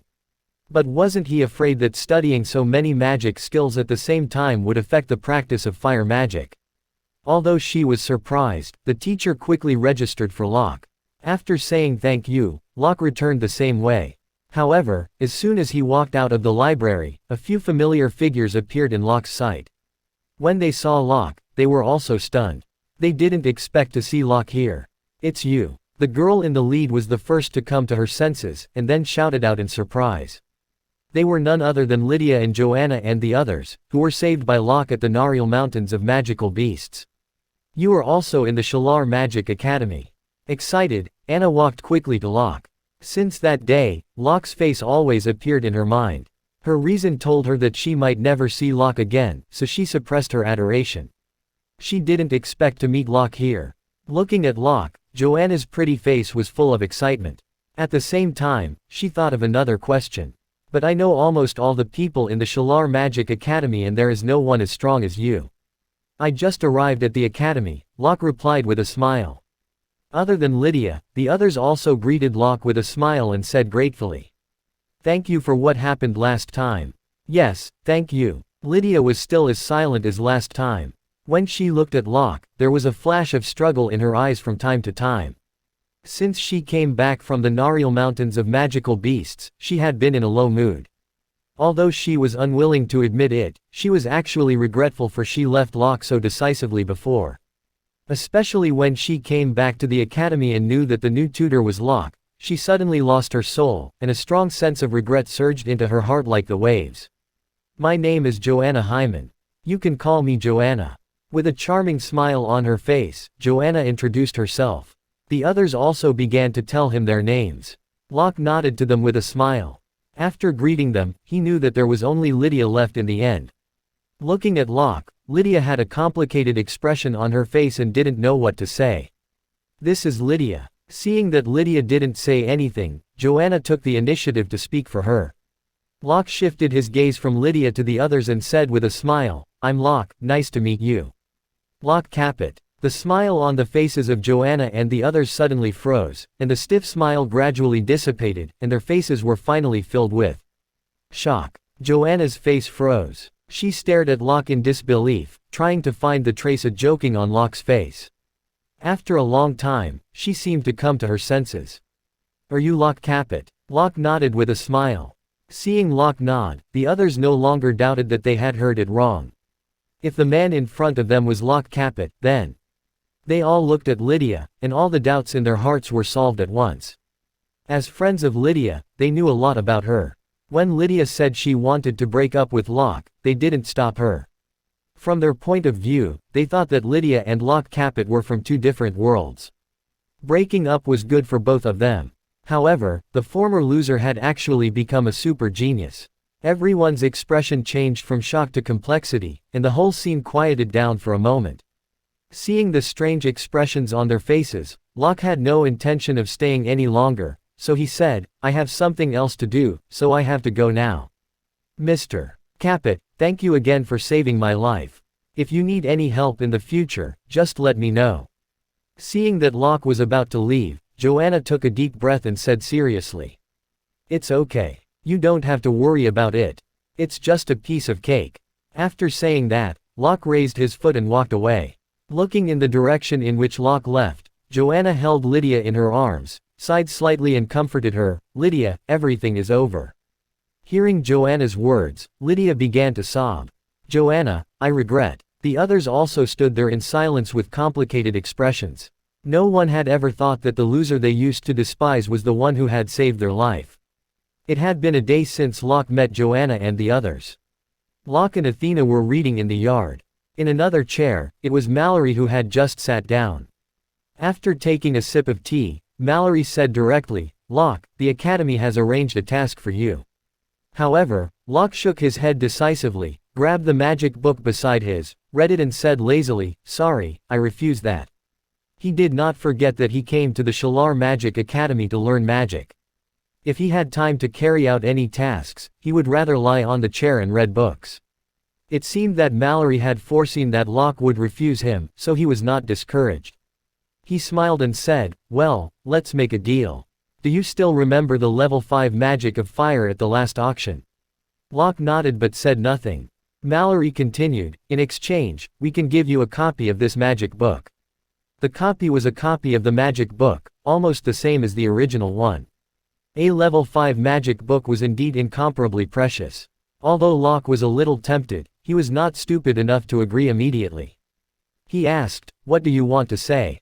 According to the rules of the Shalar Magic Academy, students of grade 1 need to go to the Nariel Mountains of Magical Beasts for training. With a smile on his face, Mallory continued, "As you know, the Nariel Mountains of Magical Beasts is very dangerous, so a tutor is needed to lead the team to ensure the safety of the students. I hope you can also go to the training for the students of grade 1. There are many teachers in the school. Why do you let me go?" Locke asked in confusion. It was impossible for such a big school to have no teachers to lead the team. Sighing helplessly, Mallory said with a bitter smile, "For some unknown reason, there was a riot in the Nariel Mountains of Magical Beasts. Even in the periphery, there used to be a level 4 magical beast. Therefore, an ordinary level 4 mage could not complete this leader's task at all. A riot happened in the Nariel Mountains of Magical Beasts. Wasn't it under Betel's control? How could there be a riot?" Hearing what Mallory said, Locke was confused. In this case, he should go to the Nariel Mountains of Magical Beasts. After all, Betel was his subordinate now. However, the reward should not be less. Thinking of this, Locke stretched out 2 fingers, revealing a row of white teeth and said, "2 level 5 magic books." Mallory was stunned. After a while, he said with a bitter smile, "There are only a few level 5 magic books in the Shalar Magic Academy. You actually want 2 at a time." Although he was complaining, he knew that Locke was not the one to suffer losses, so he finally nodded and said, "Only 2 level 5 magic books." Seeing that Mallory had agreed, Locke sat up from the chair, reached out his hand and said lightly, "Since it's a deal, shouldn't we pay the deposit first?" Alas! Seeing Locke take it for granted, Mallory's mouth twitched. He couldn't help cursing in his heart, if this boy goes to do business, he must be a profiteer. He took out a level 5 magic book and threw it on the table. Mallory stood up and was about to leave. If he continued to stay here, he suspected that he would be pissed off to death. "I have to make it clear first. I won't do anything unless their lives are in danger."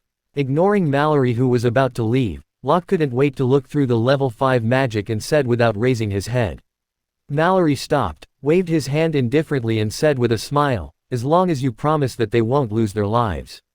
The next day, the news that Locke was going to be the leader of the training team was announced in the school, which naturally caused another argument.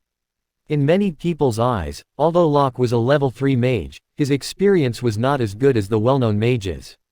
Moreover, most of the tutors who led the team in the past were level 4 mages. They entrusted such an important task to Locke. What if something unexpected happened? During this period, many people went to the Office of Academic Affairs to object to Locke being the team leader, but it was useless. They were all rejected by the Office of Academic Affairs. Soon, the training time came. On the square, all the students of the Fire Magic, Grade 1, gathered together, with about 80 students in 4 classes. Seeing that Locke hadn't come yet, Mallory didn't waste any more time and planned to give a speech first. "Students, next, you will have 2 weeks of training in the Nariel Mountains of Magical Beasts. I can't deny that you will encounter setbacks and dangers during the training, but this is training for all of us. I believe that after this training, your magic will definitely become stronger, your mind will be more mature and firm." Then there was an hour-long speech. It didn't stop Mallory until the students were sleepy. When Bryce saw that Mallory finally finished his words, he took a deep breath and couldn't help but sigh. "Mr. Francis is so eloquent." As he spoke, he craned his neck and looked around. He asked in confusion, "Isn't our boss going there, too? The mobilization meeting is about to end. Why hasn't he arrived yet?" "He is coming." Cindy clapped on Bryce's lap and said excitedly. "Hissed Tilda. Can't you pat yourself on the lap?" Bryce covered his lap painfully, but still following the direction Cindy pointed, he saw a figure lazily walking from a distance. "Boss." Bryce waved his hand and shouted. It seemed that no one else knew Locke was here. All of a sudden, everyone's eyes were focused on Locke. "Is this Locke Capet? So handsome. I heard that he is a powerful level 3 mage." "Humph. So what if he is a level 3 mage? Look at him. He didn't seem to be leading a team. In the past, the person who led the team was at least a level 4 mage." The students began to whisper. Hatred, admiration and disdain were all fixed on Locke. In the front of Class 1, Joanna also looked up at Locke, with an indescribable light flashing in her eyes. Under the gaze of the crowd, Locke walked slowly towards the stage. Seeing Locke's lazy look, Mrs. Beulah was speechless. She walked half a step closer to Mallory and asked in a low voice, "Will it be a little hasty to choose Locke as the leader of this training? Do you need to consider changing a powerful level 4 mage?" Although Locke was very talented and was now a level 3 mage, he had no experience in leading the team. Recently, the Nariel Mountains of Magical Beasts was a little restless. It was a guarantee for the whole team to exchange for a stronger mage to be the leader. Looking at Locke, Mallory shook his head slightly and said firmly, "Don't worry. There is no more suitable person than him." The old clerk Vermont had said that Locke's combat effectiveness was only stronger than level 4 practitioner. In the whole academy, who is more suitable than Locke? After saying that, he smiled and looked at the 3 people standing next to him. "Judith, Lloyd and Jerry, I'll leave the safety of the students to you." Judith was a level 4 mage of wind and fire, Lloyd was a level 3 mage of fire and Jerry was a level 4 mage of fire. With Locke's help, the training could be guaranteed. As he spoke, he looked at the tutor among the 3, Judith Maple, the tutor of fire magic, grade 1, who was famous for her beauty, arrogance and majesty. "Judith, as the leader of the tutors, I hope you can bring all the students back safely." Judith nodded slightly and agreed. At this time, Locke had already stepped on the last step. Then he looked at Mallory and said, "Since you have finished, let's go." Recently, Athena was obsessed with planting flowers and plants, so she didn't intend to go to the Nariel Mountains of Magical Beasts with Locke. As for Sleipnir, he lay in the yard every day to bask in the sun, and he didn't want to go with Locke. Seeing Locke so casual, Mallory's mouth twitched. He said helplessly, "I'll leave the rest to you." Among the 3 tutors, the bearded man spoke first, smiling, Lloyd Leopold, the tutor of Class 3. "Hello, Lloyd." Locke nodded and smiled, Locke Caput. Compared with Lloyd, the other male tutor was much colder.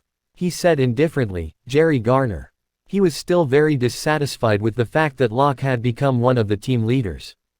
Being stared at coldly, Locke didn't want to make a fool of himself. He glanced at Jerry and then looked at Judith. After looking at Locke for a few seconds, Judith said lightly, "Judith Maple." Locke nodded slightly with a calm face. "VCite Novelby NCOM for latest novels." Sensing the embarrassment in the atmosphere, Lloyd gave a wry smile and broke the ice first.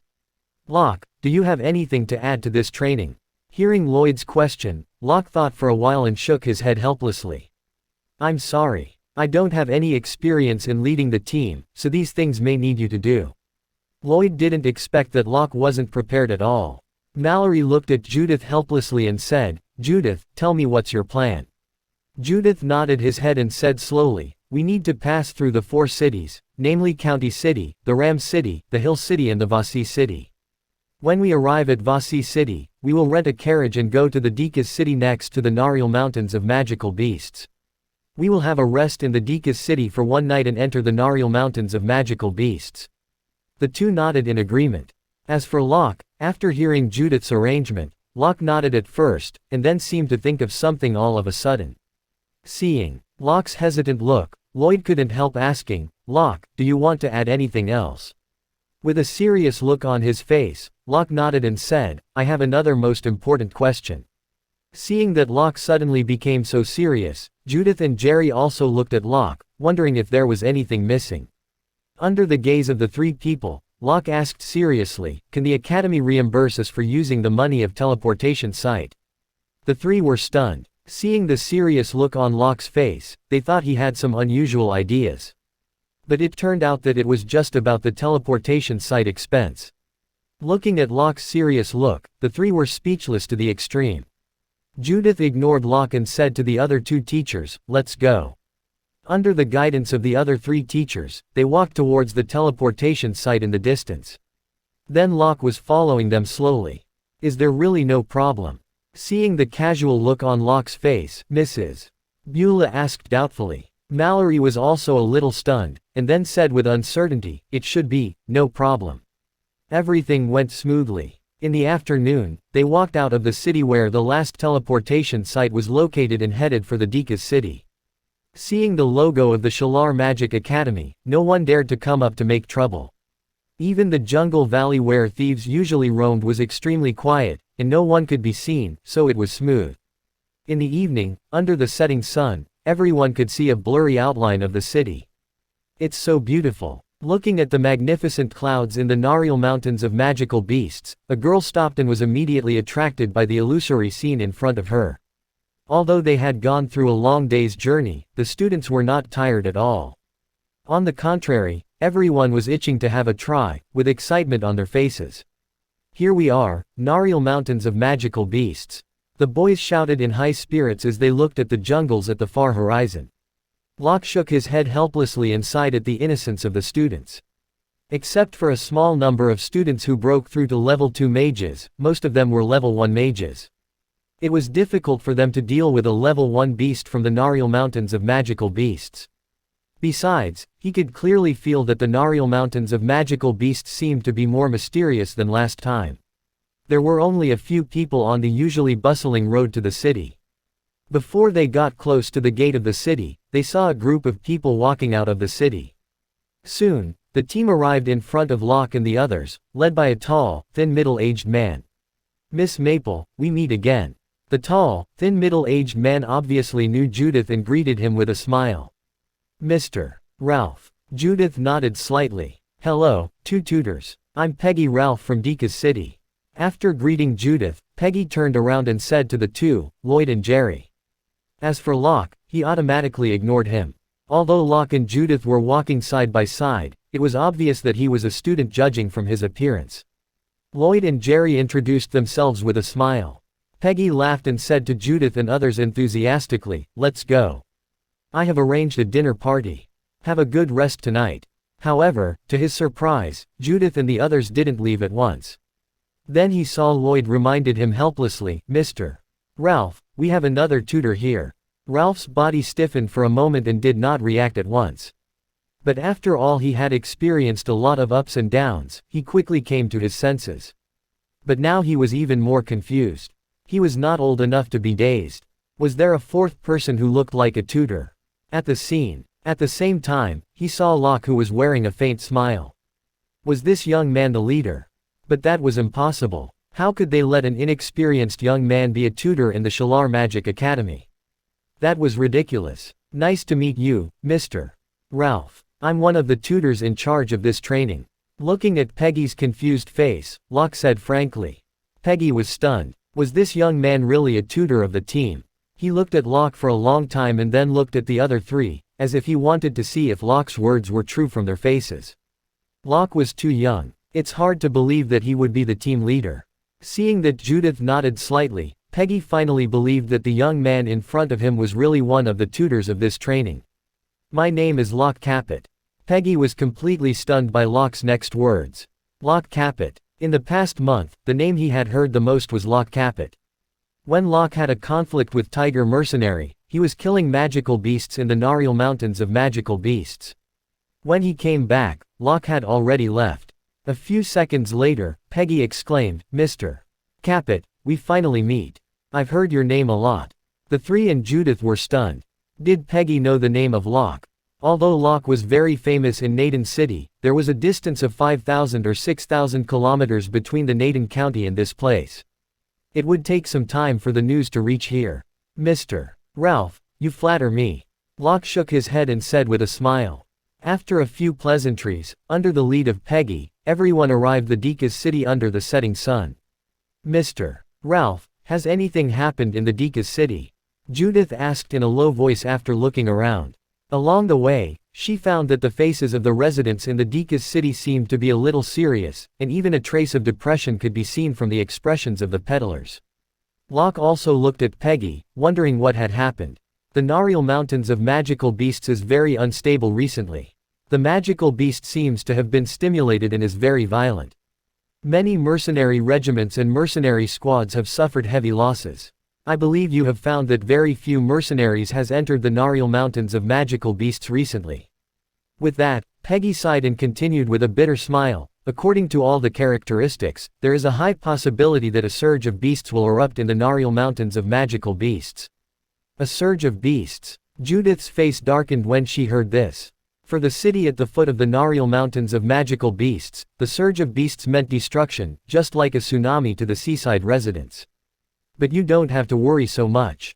Seeing the serious look on Judith's and others' faces, Peggy comforted them with a smile. Winter is the peak period of the surge of beasts.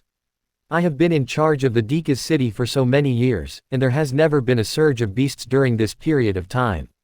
However, it is not a wise decision to enter the Nariel Mountains of magical beasts recently. Judith nodded. For students of grade 1, all they needed to do was to train in the periphery. She was a level 4 mage, and Lloyd and Jerry were a level 3 mage and a level 4 mage respectively. It was said that Locke was also a strong level 3 mage, more than enough to deal with the magical beasts in the periphery. Theoretically, there wouldn't be any danger in this training. Soon, they arrived at the hotel where the dinner party was held. At the party, Locke also saw 3 acquaintances: Raoul, the president of the Deca's Magic Guild; Hajia, a level 3 mage of fire, and the beautiful maid Elisa. "Hi, Locke. We meet again." Raoul greeted Locke with a smile. "Find updates on Velbent.com." Locke replied with a smile. "I didn't expect you to be the tutor of the Shalar Magic Academy." Looking at Locke, Raoul couldn't help but sigh. Locke laughed, shook his head and said, "It's just luck. Ha ha, our guild will definitely be the top one in this mage guild competition," Hajia said excitedly. As for Elisa, she found a seat not far away and sat quietly behind the 3. From time to time, she looked at Locke with admiration in her eyes. Then they started to chat. "Why is the president of the Mage Guild so polite to our boss?" Cindy asked curiously. Bryce was also very curious. He said in a low voice, "Wait a minute. I'll go and check it out." After saying that, Bryce stood up, smoothed his hair and turned his head to make a handsome expression. He walked towards Elise and said, "Beautiful lady, I'm sure you won't do that at this time. With such a beautiful female companion, isn't it a little dangerous to accost her?" Looking at the angry Cindy not far away, Elisa asked with a smile. "Oh, this beautiful lady, I need to correct you," said Bryce. "I think the word, burly, is more appropriate than pretty." After saying that, Bryce found that something was wrong. Instead of answering, Elisa looked at him with a smile, as if she was watching a good show. All of a sudden, Bryce had a bad feeling. He felt a strong, killing intent behind him. He turned around stiffly and saw Cindy's face full of anger. Then he only saw a slap growing rapidly. Before he could react, he was slapped aside by Cindy. The next day, Locke found that people looked at him in a different way, which made him confused. He grabbed Marcia and asked carefully, "Why is everyone looking at me? Is there something on my face? I didn't expect you to be a big shot in Deca's city. Boss, I admire you more and more." At the sight of Locke, Bryce said excitedly, "A powerful level 4 mage was destroyed by you in this way. With the strength of a level 4 mage, it was an existence that could not be ignored in the Naden city." Judith, who had always been aloof, looked at Locke with obvious curiosity in her eyes. According to the rumor, the swordsman might be the powerful level 5 practitioner. Such a strong man was usually arrogant. Why did he become Locke's guard? Although everyone was confused, their journey did not be affected. They arrived at the entrance of the Nariel Mountains of Magical Beasts.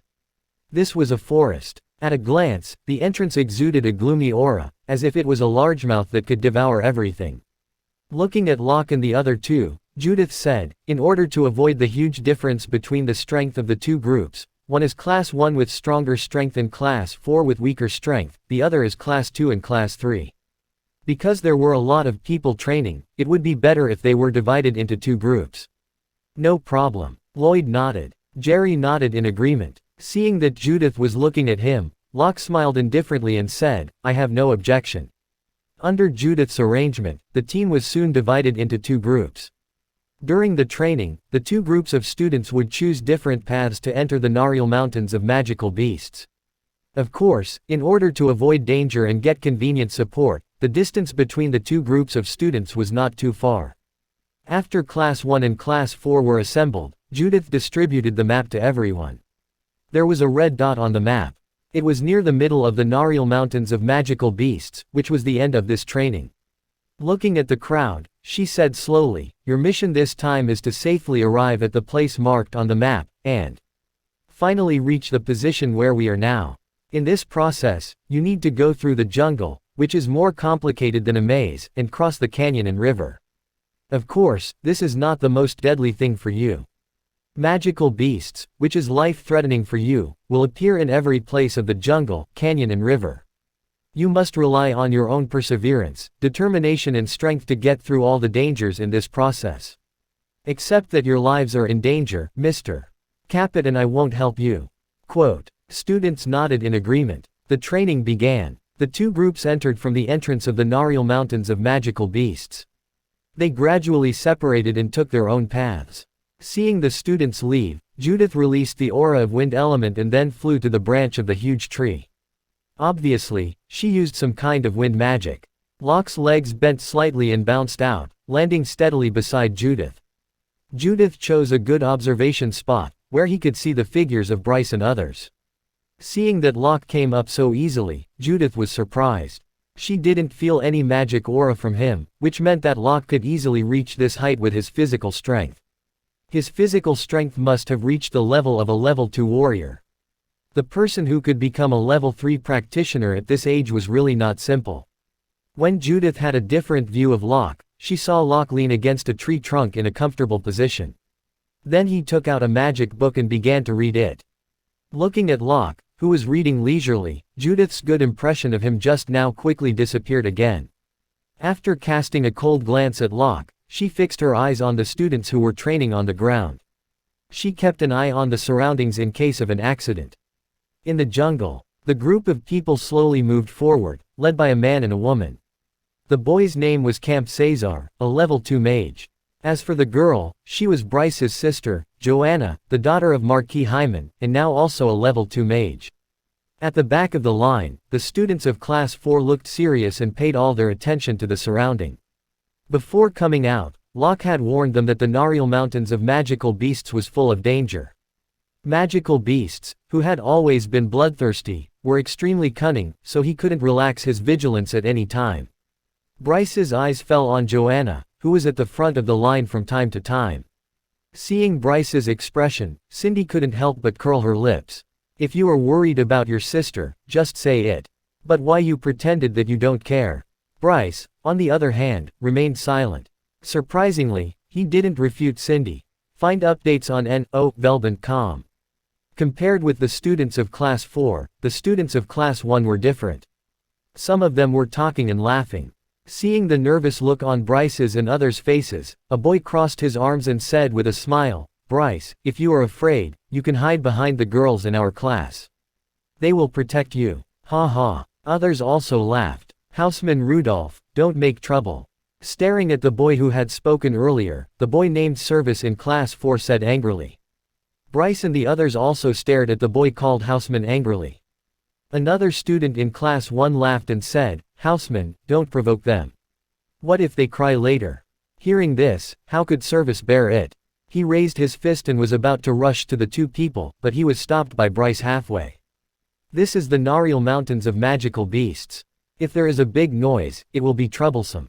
Suppressing the anger in his heart, Bryce glanced coldly at the two and turned around to remind them.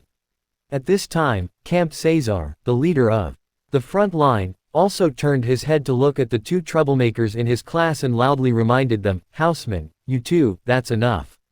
Hearing the camp's words, the two smiled awkwardly. They glanced defiantly at Bryce and the others before turning around with a smile. These little guys are really troublesome, murmured Judith, who was observing in secret.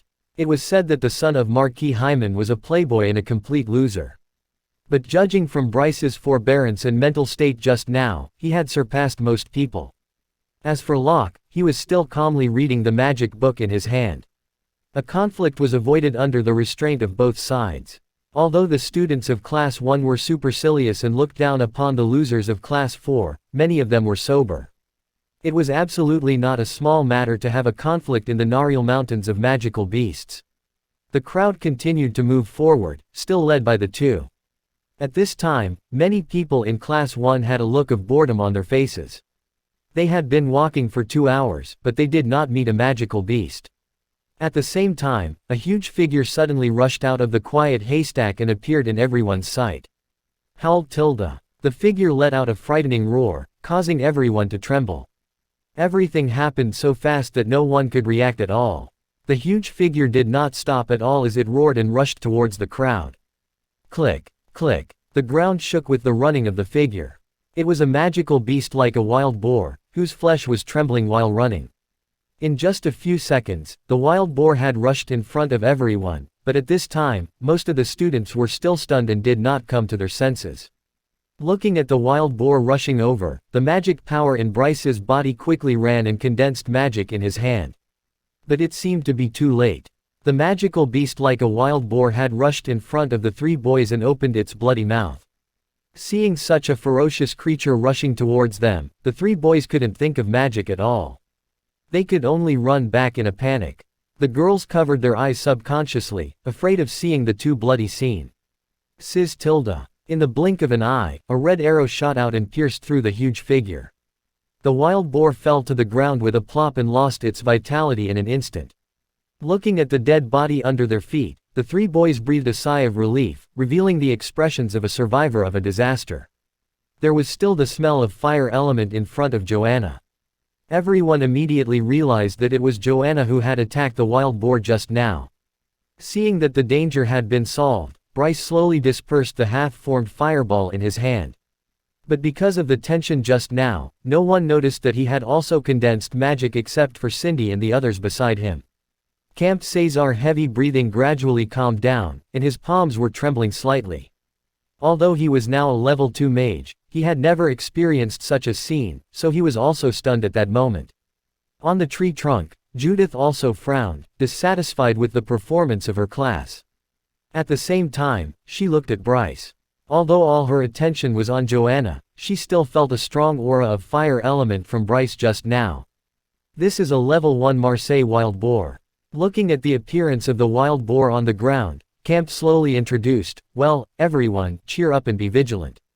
Realizing that they were frightened by the level 1 magical beast, those boys felt a little ashamed.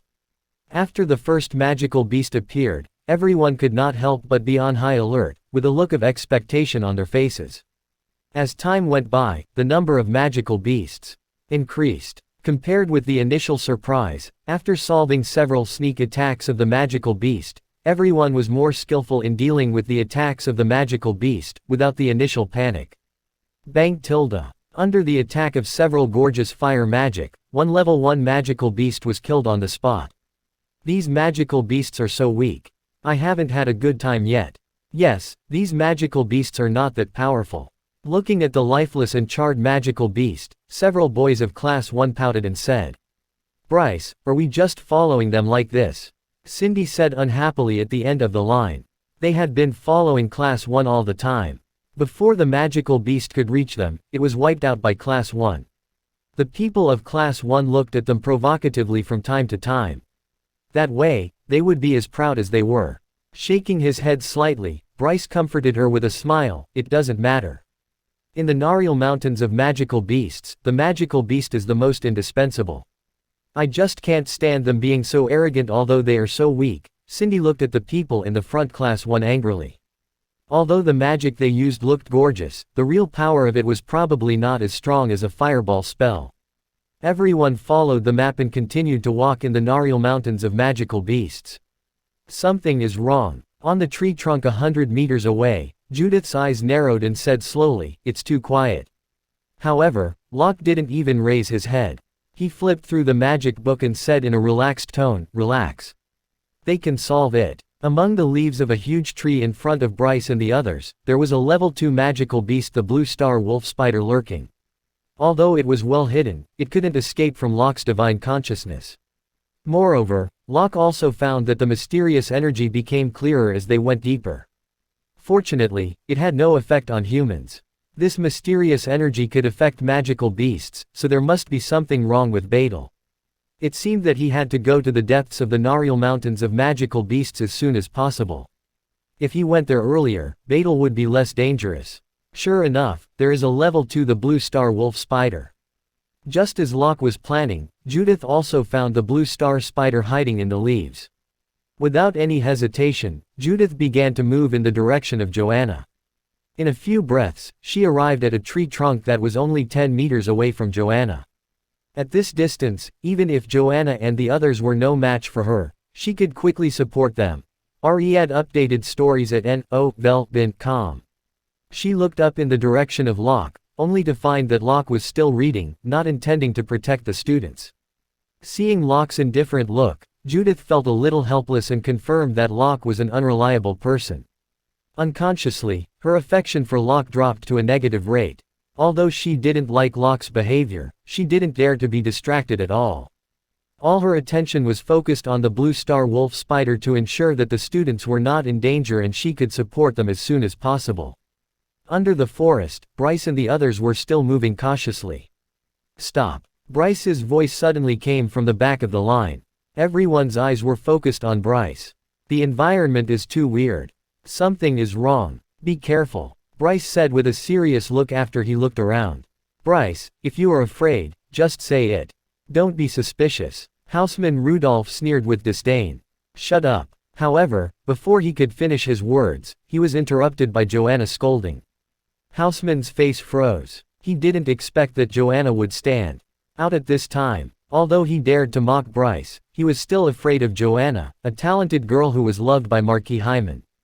Didn't they say that Joanna and Bryce didn't get along well with each other? Why would she speak for Bryce? When he was in a bad mood, a man beside him pulled his clothes. Since he was scolded by Joanna in public, he was quite unhappy and said, "Bastard, why do you pull me?" Houseman looked at the man who pulled him and wanted to ask him what he was going to do.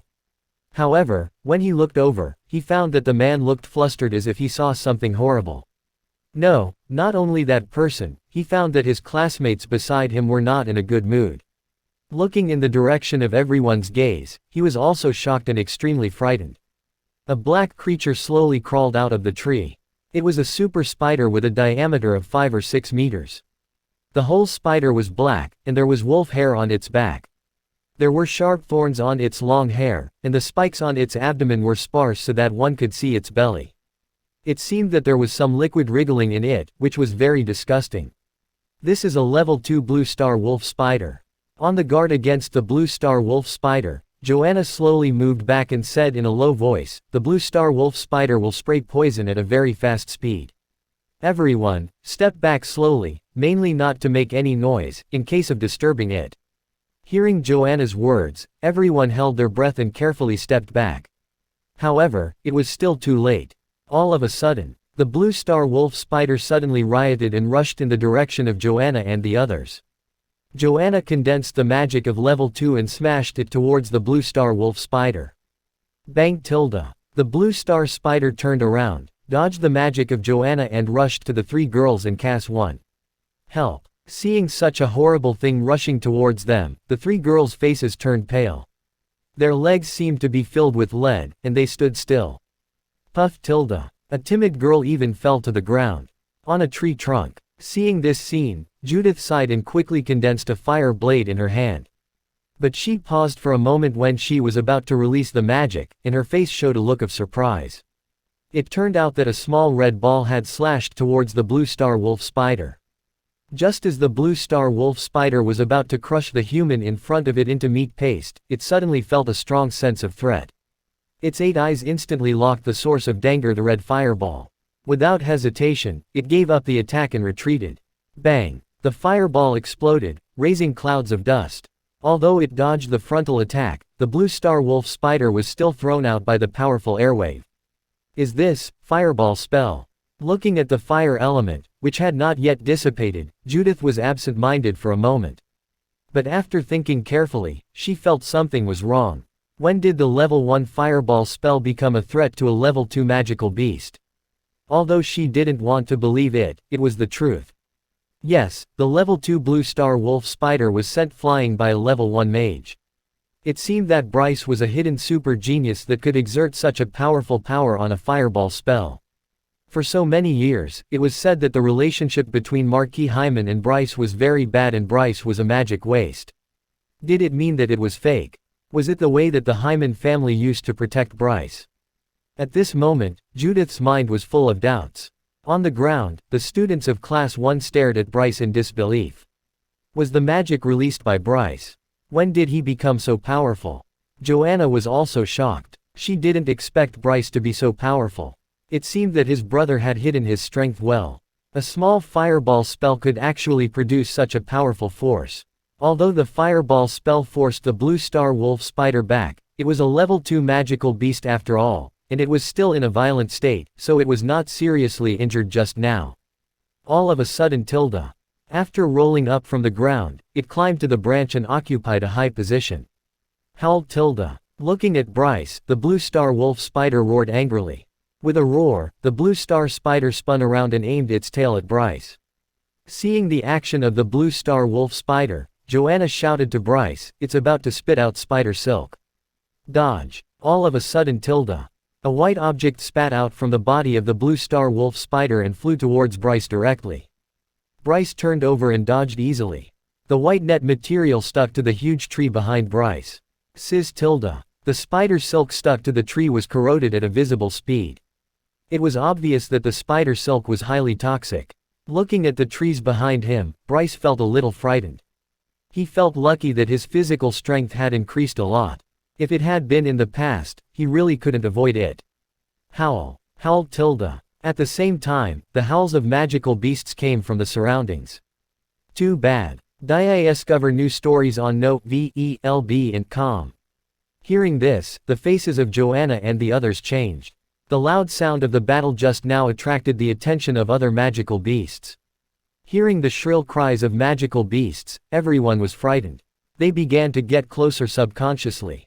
Click, click. 1 minute later, 6 more level 2 magical beasts appeared in front of them. They are a snow leopard whose sharp teeth flickered with cold light, a pangolin with a thick layer of black armor, an anteater with tubular mouths, a muskox with 2 pairs of dark and curved horns, an armadillo covered in scales, and a warthog with large tusks. Plus the previous blue star wolf spider, there were a total of 7 level 2 magical beasts. The 7 magical beasts' deafening roars were heard, and their blood-red eyes were fixed on Bryce and the others. Among them, there was obvious greed and cruelty, emitting a sense of hostility. Damn it! They are all level 2 magical beasts. We may not be able to resist it.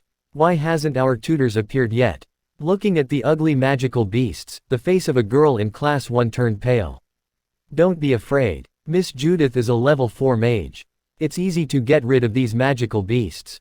A boy beside her comforted her. Although he said it easily, everyone could feel a strong fear from his trembling voice. Looking at the 7 magical beasts in the distance, Joanna's face became a little serious, and the other people in class 1 also looked pale. I'm afraid there will be a fierce battle next. Staring at the magical beasts in the distance, Bryce said in a low voice. Cindy, Marcia and the others also suppressed their fear and nodded, gritting their teeth. On a branch in the distance, Judith was expressionless. She didn't choose to attack at once. Although another 6 level 2 magical beasts appeared at once, there were now 30 level 1 mages down there. Under normal circumstances, they should be able to resist for a while. It would be a good exercise for students. Of course, she was always ready, so that she could rescue them in time. Howled. The snow leopard let out a long howl as if giving an order. The other magical beasts also roared and rushed in the direction of everyone. Whoosh! Joanna wielded a fire blade towards the snow leopard. At the same time, she warned loudly, "Watch out for your seat and don't get separated." The others nodded and got closer subconsciously. At this critical moment, only when everyone gathered together could they resist so many level 2 magical beasts' attacks. Bang! The snow leopard collided with the level 2 magic fire blade.